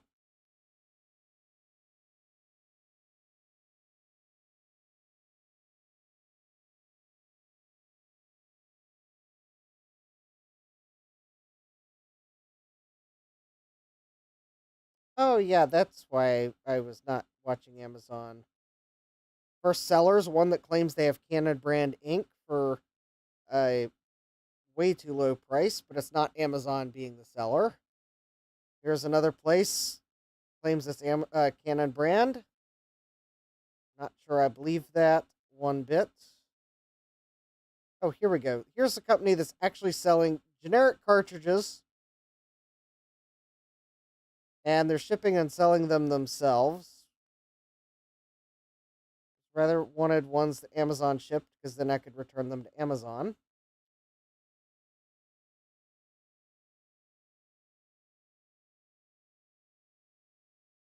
Here's one that's obviously not in the United States already.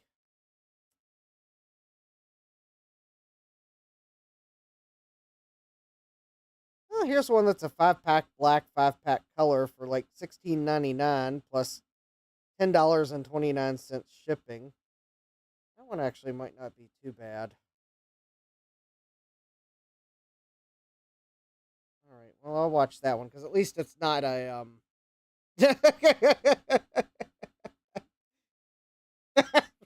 yeah, yeah. Jack's saying in the chat various ways of spelling words that are pronounced like canon, but yeah.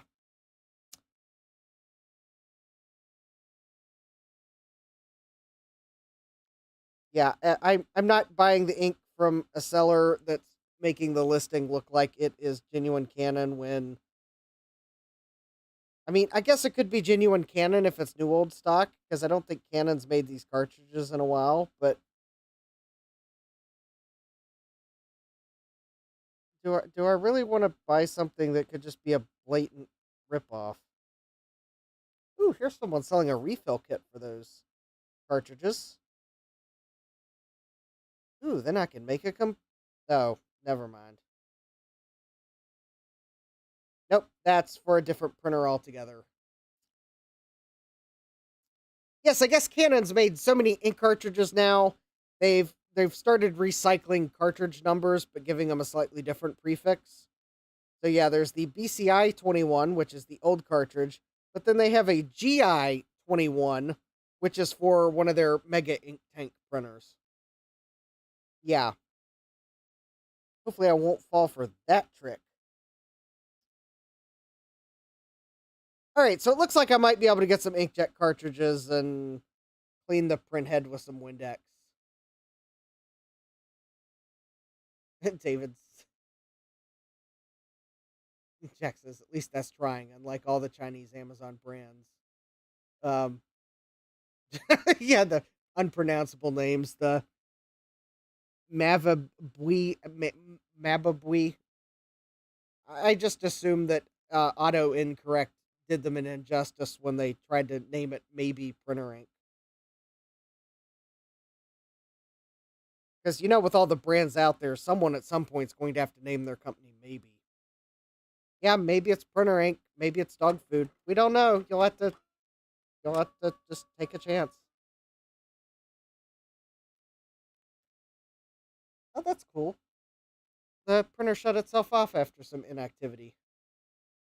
Does it use the BC20? No, it uses the BCI 21.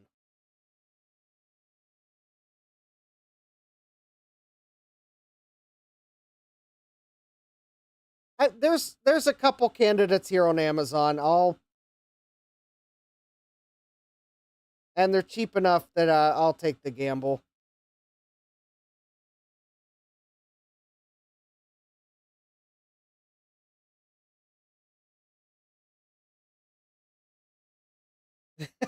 Yeah.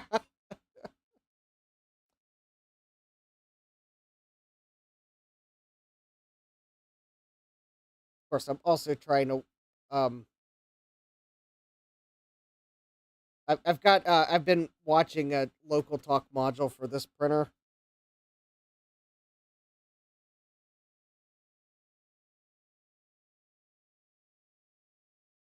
Quite honestly, I probably will just, if I take this printer, I'll probably just share it from a Mac. Because I don't really know that I want to spend as much as they want for the LocalTalk module for this printer, considering it's... For the ImageWriter, I'm like, okay, yeah, those things are pretty indestructible. But the StyleWriter with all these plastic gears, because it's a newer, cheaper design, I'm like,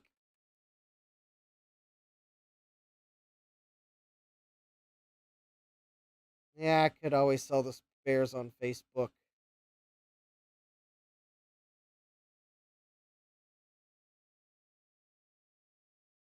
I really don't know that $75 for the LocalTalk module for this printer is a particularly good price.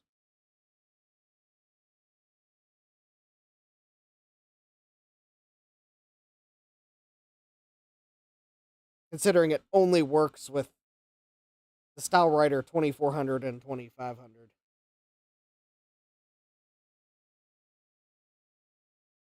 And Jack brings up another good point. Cap leakage. Yeah, given when these printers were released, 1995.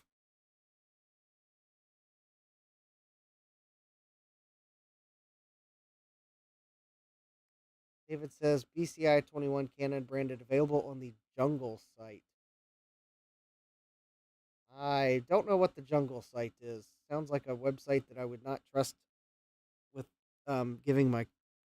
Yeah, there's sites I just don't want to give my credit card number, even if my credit card company provides purchase protection. I'm like, could they theoretically say that, well, you knew this company was shady, so no, we're not going to protect you? But yeah.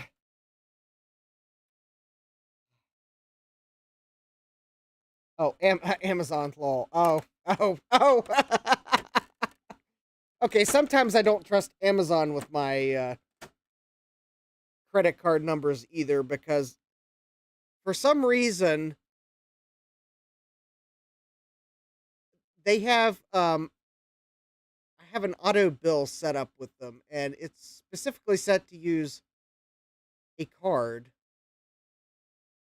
And they have on multiple occasions, for no apparent reason, decided to randomly charge another card on the account instead. Just no rhyme, no reason, no warning. And without trying to charge the card I gave them as the primary card first, they try to charge a different card. Which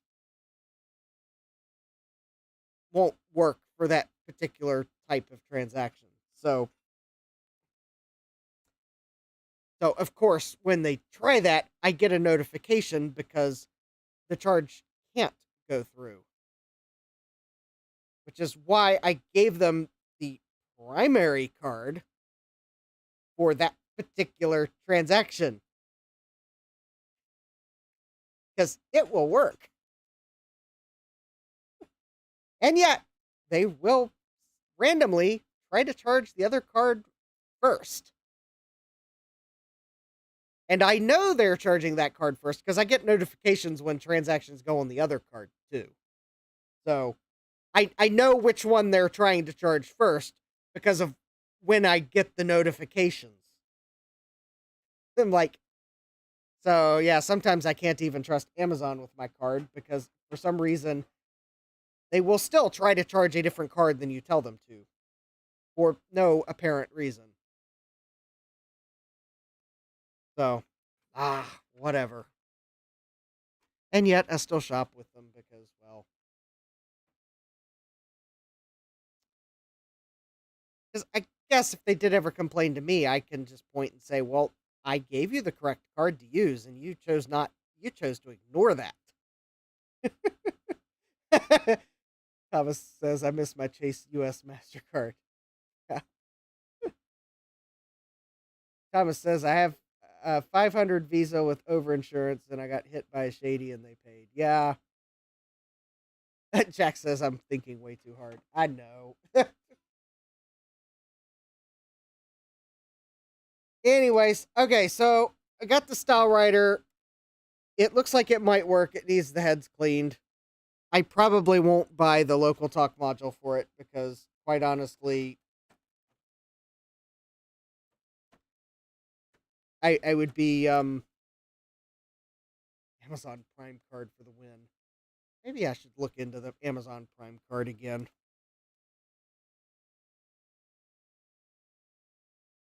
If Amazon, yeah, I mean, maybe the StyleWriter 2400 has a VCF event left in it. I'm still somewhat concerned that the plastic gears in it might be to the point of breaking, or I don't know, maybe that clicking noise was just something was out of place and required a couple cycles to get some gear back into place. I don't know if the Prime card is a Chase card in the US. So, alright, so I guess with the ImageWriter, well, I need, well, I mean, it probably works. I mean, I guess the LocalTalk card I have could be broken, but I need the correct adapters to be able to test it. I need to order some DIN 8 connectors or DIN 8 cables that I can actually solder without, like, stressing myself out in the first 30 seconds. And the StyleWriter 2400 appears to work. I'll just need to get some cartridges and clean the print heads. So, I mean, I could get... Oh. Alright, I guess there is one more printer we could try out. And I won't shut the Mac down. Alright, so I guess for this one, I'll get some ink cartridges and maybe we'll try to get this printer up and running. Because it is a color StyleWriter, and, well, my interactive exhibit would work on the StyleWriter.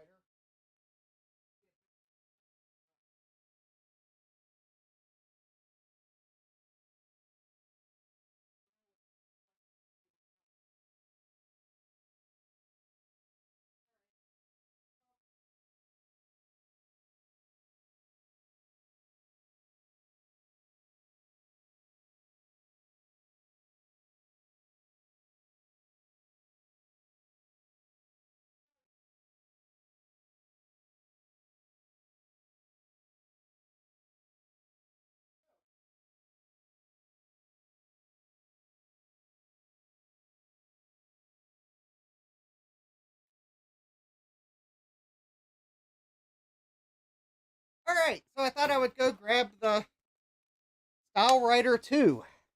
And now I remember where each of the printers came from. So, the StyleWriter 2400 came from that bunch of stuff that Chris picked up in Herndon.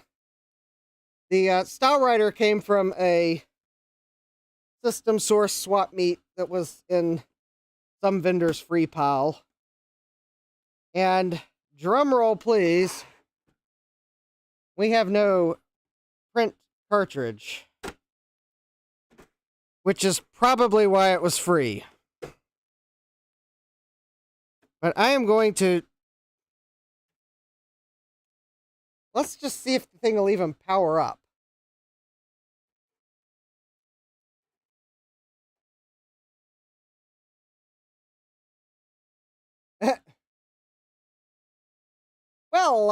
Well, it did, it powered up.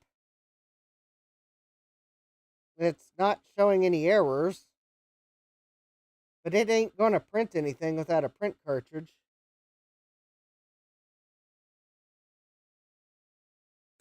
I mean, I don't know if it completely works, but given the fact that powered up,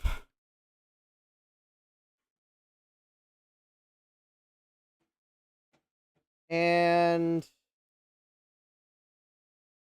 well, let's see if the Mac. Oh, I don't. Oh, I don't have the StyleWriter II drivers installed. Okay, so I guess we wouldn't be able to even see if it would. Yeah, it is a bit grungy. Hey, it was free.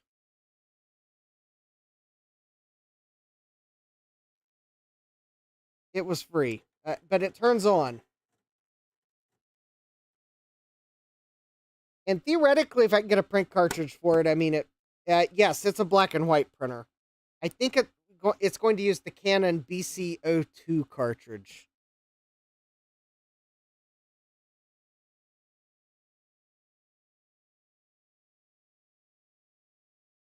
I think.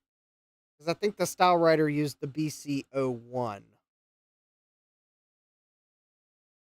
But I could be wrong.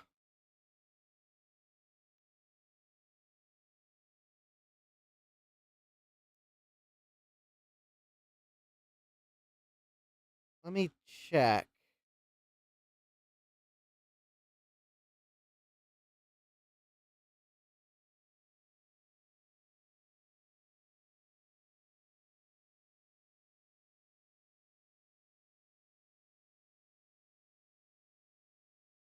Well, I found the user's guide for it, but I don't think the user's guide is necessarily going to give me the Canon part number.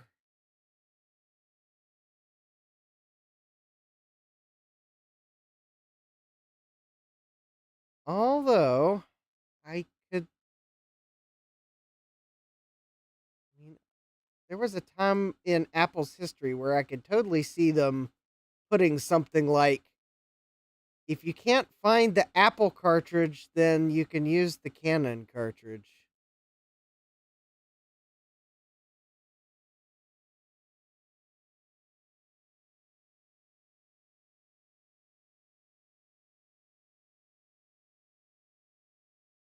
Of course, they wouldn't put the cartridge you need. Cartridge, see ink cartridge. Ink cartridge replacing page 22. Placing the ink cartridge.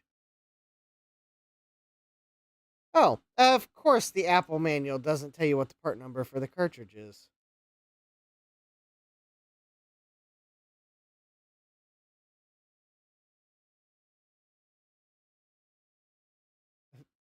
Thomas Armstrong says, printhead cleaning kit compatible for Brother, Epson, HP, Canon nozzle, inkjet, EcoTank, OfficeJet, DeskJet, Pixma printers, liquid printers, head cleaning, suit solution, 100 milliliters, 10 milliliters, premium syringe 2-pack.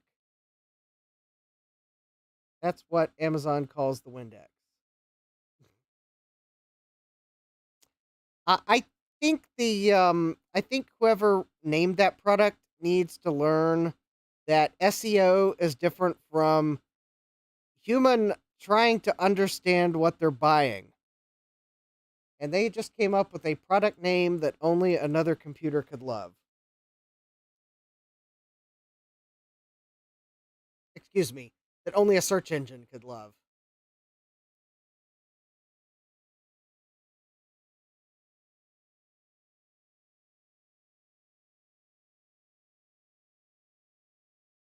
Oh, according to Staples, it's a BCO2 cartridge, which is out of stock at my local Staples. Go figure. Okay, so I was right. It is a BCO2.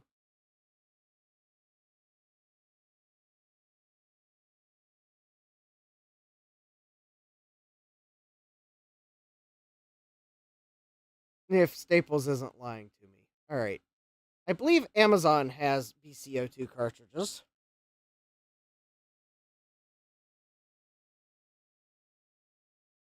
maybe I can find one cheap enough there that I'll gamble it again.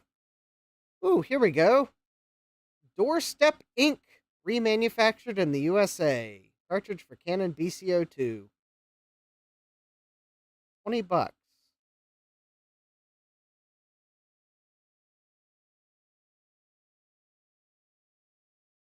that actually, that might actually be the best price on the first page of results.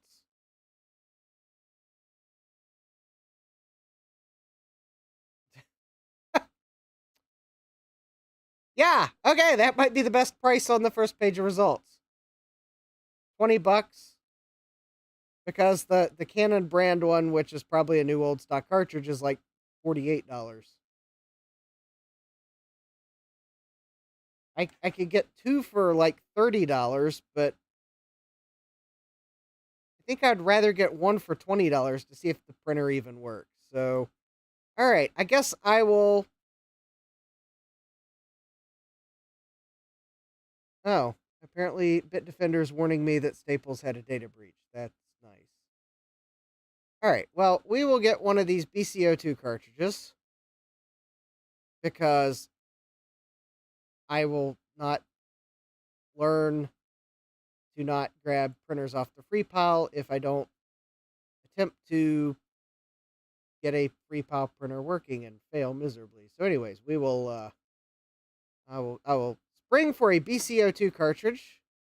I will also spring for some BCI 21 cartridges for the other printer. Those are in my Amazon cart for whenever I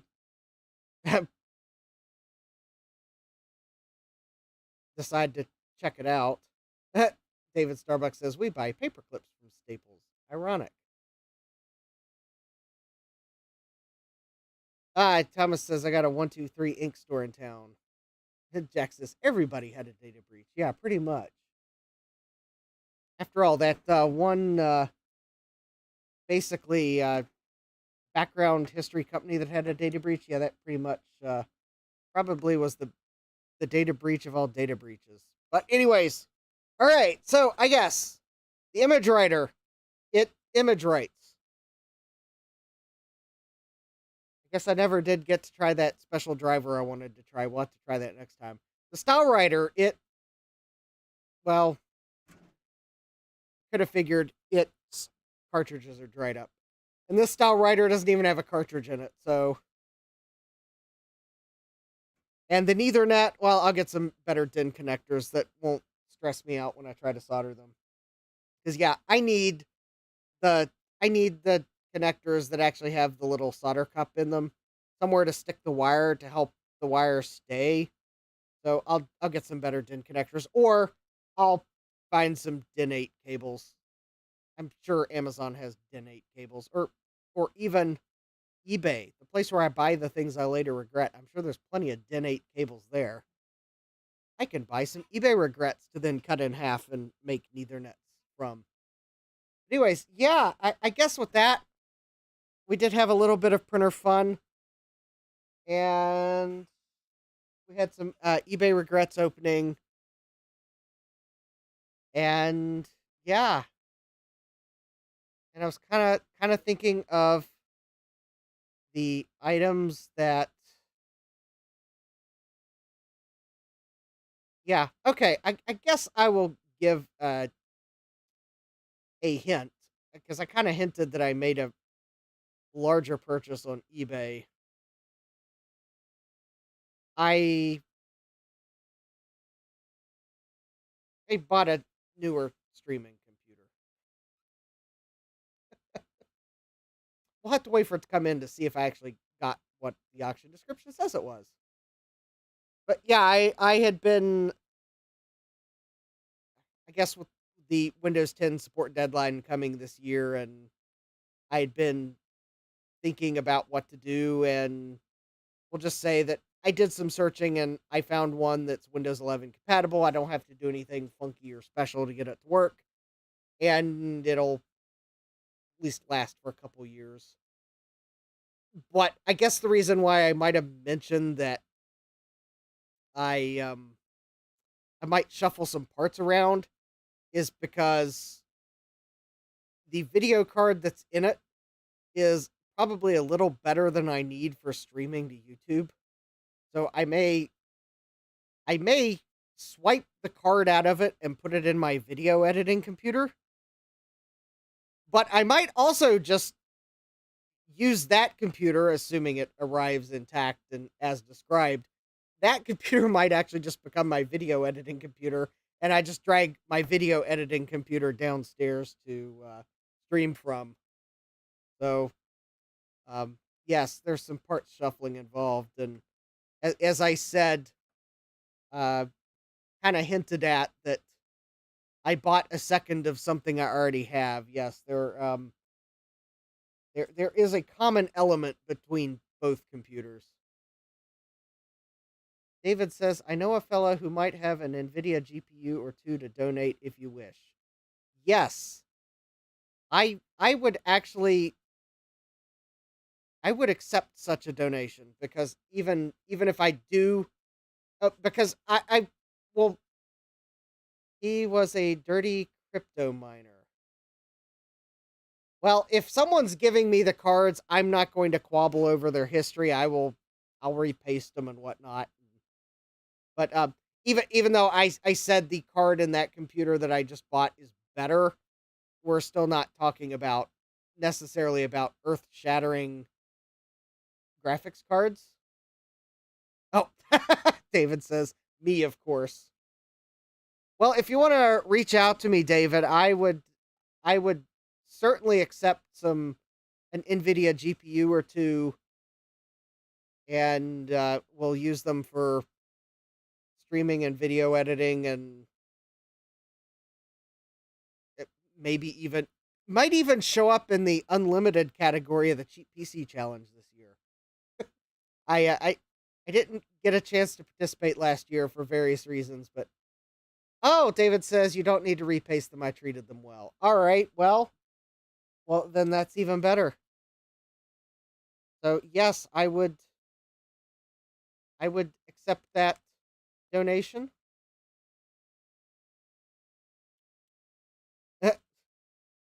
Thomas is saying the heavy purchases I made on eBay cost $250 to ship.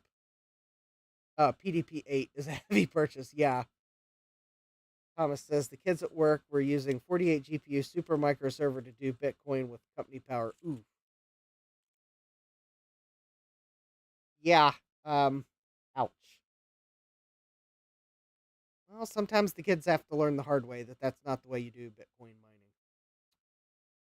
mining. It's the way I'll put it. It's like I know there's the a story at work of a certain incident that happened that I sure hope the person involved in it used it as a learning opportunity, because yeah, I realize I'm being extremely generic, but yeah, I don't want anyone to get mad at me for like revealing details they'd rather not know. We'll just say that a young person abused computer privileges and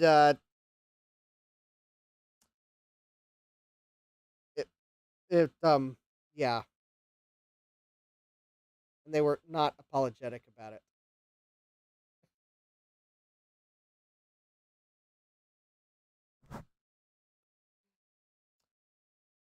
And they were fired. Yes. In fact, the way I've heard the story, I think they were given the opportunity to apologize, and they would have, despite the fact of doing something really stupid, I think they might have been allowed to remain. But yeah. Anyways. Yes. All right, cool, David. I'll send you an email tomorrow. Yep, it hasn't struck midnight yet. But I'll send you an email tomorrow. Anyways, let's see here. I guess that is pretty much And Thomas Armstrong says they got transferred to the AutoCAD department.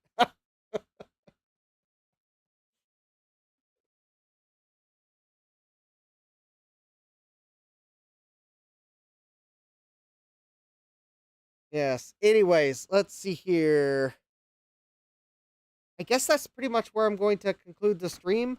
I guess I would have liked to have seen LocalTalk running, but well, that will just be a future stream goal. Hopefully my thumb won't be as achy tomorrow because the weather changed pretty drastically in the last day, so that's probably why my thumb is aching. It'll be fine. I'll I'll take some ibuprofen before I go to bed for sure because I'll need to. No, actually, Thomas, that it like got really warm today.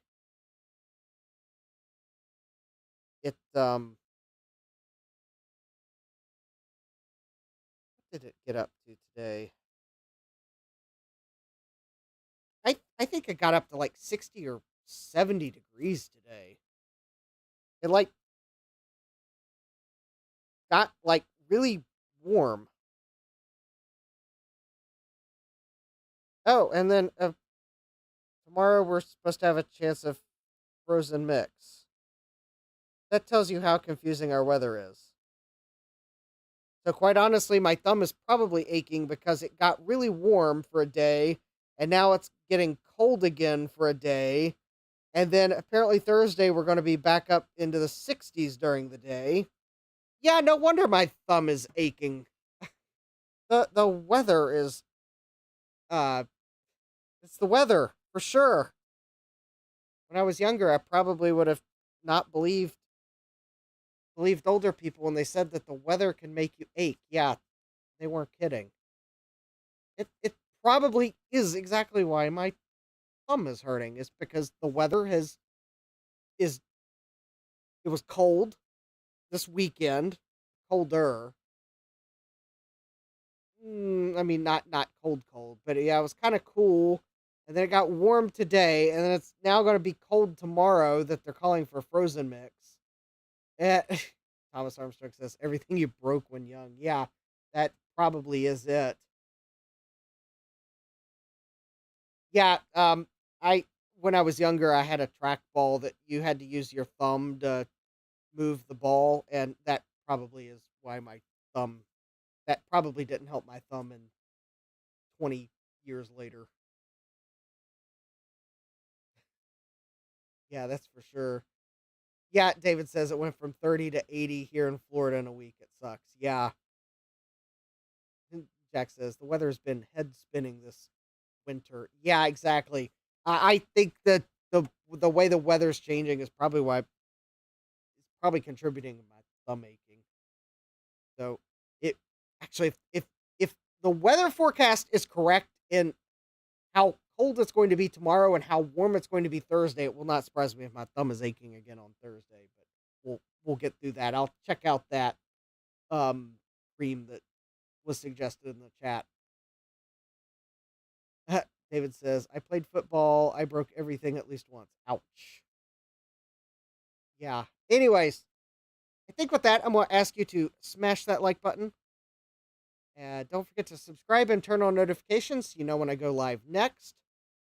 Thursday, assuming I can get to the post office, we are going to go back to looking at the Pentium Pro processors that I have, because I have something waiting for me at the post office that might help narrow down the problem. And we'll probably build a computer while we're at it. Yes, I think I have potentially the perfect components for my Cartel computer case. I wish I could find some more information on Cartel computers, but I can't. And Thomas Armstrong, you can't get much past him because he's correctly guessed it's a Pentium Pro board. Yeah, it probably doesn't help that I put a picture of it on the thumbnail of Thursday's stream. But yes, if I could get to the post office and sign for the package, we'll be looking at that Thursday. I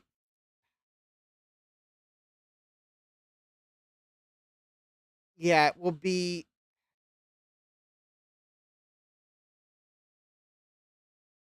I'll just have to probably finagle a late lunch tomorrow or Thursday, because it's I mean, I should be able to pick it up, but if for some reason I can't finagle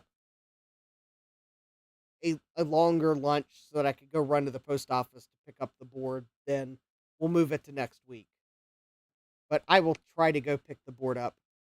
Now, it kind of does depend. If it's like spitting ice tomorrow, then obviously I'm not going to go pick the board up tomorrow. But anyways, we'll see.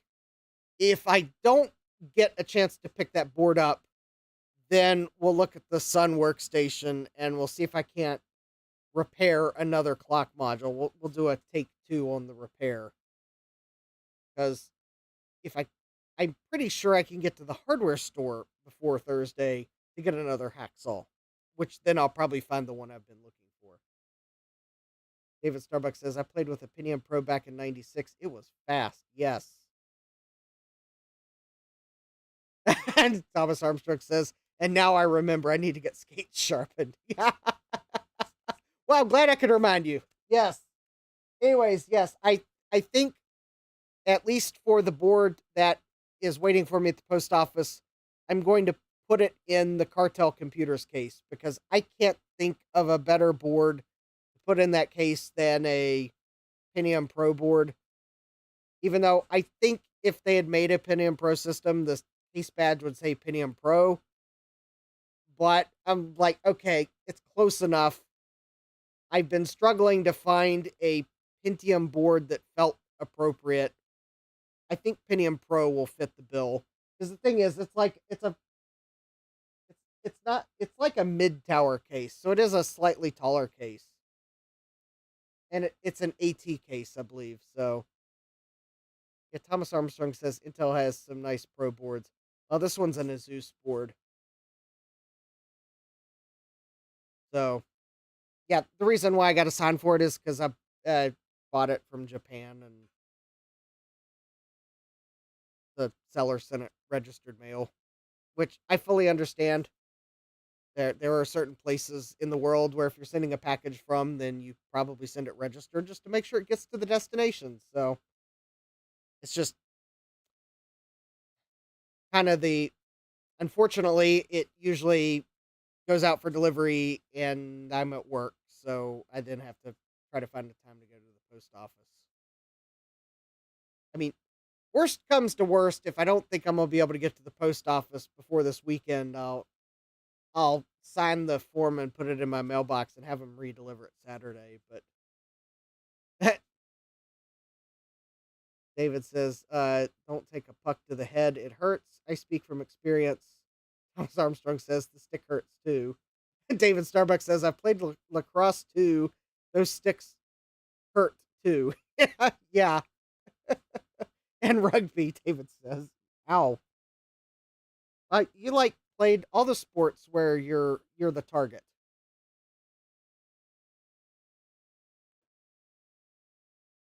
Or something like that. Anyways, all right. I think with that, because it's like 7 after 12, I'm going to go ahead and call the stream to an end. I'd like to thank all of you all for joining, hanging out, being cool in the chat, putting up with me as I got frustrated, encouraging me to set it aside and get some better DIN connectors. But at least we got the ImageWriter printing with just a serial connection, so that's good. And anyways, I'll get some ink cartridges on order for these style writers. We'll try to get them running at some point.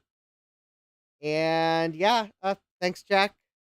And we'll hopefully I'll get the Pentium Pro system, pick up the Pentium Pro board, so we can do that on Thursday. David says, no wonder I have arthritis everywhere. Yeah. I guess now that you go through all the sports you played, David, I'm not surprised either. You're probably aching everywhere where you hurt yourself playing sports. So anyways, yeah. So So anyways, yeah, and next week we'll probably get back to the sun to try to get that clock module repaired. Now that I've got like two backups from the one that I had. So I guess at least it's good to know that even though the module's batteries are dead, the ones I bought on eBay, at least the modules are detected by the sun. So that's at least good. Anyways, I'd like to thank you all for joining me. And with that, I'm going to make sure I've got my finger on the correct button on the stream so I can wish you all to take care and God bless. Computerized Start is brought to you by my awesome patrons on Patreon and by your tips and memberships on Ko-fi. These and other channel supporters make my live streams possible. You too can become a channel supporter with tiers starting at just $1. Don't forget to smash that like button. And if you've liked what you've seen, subscribe and turn on notifications so that you don't miss the next video or live stream. And as always, thank you for all your support. I hope to see you next time. And until then, take care.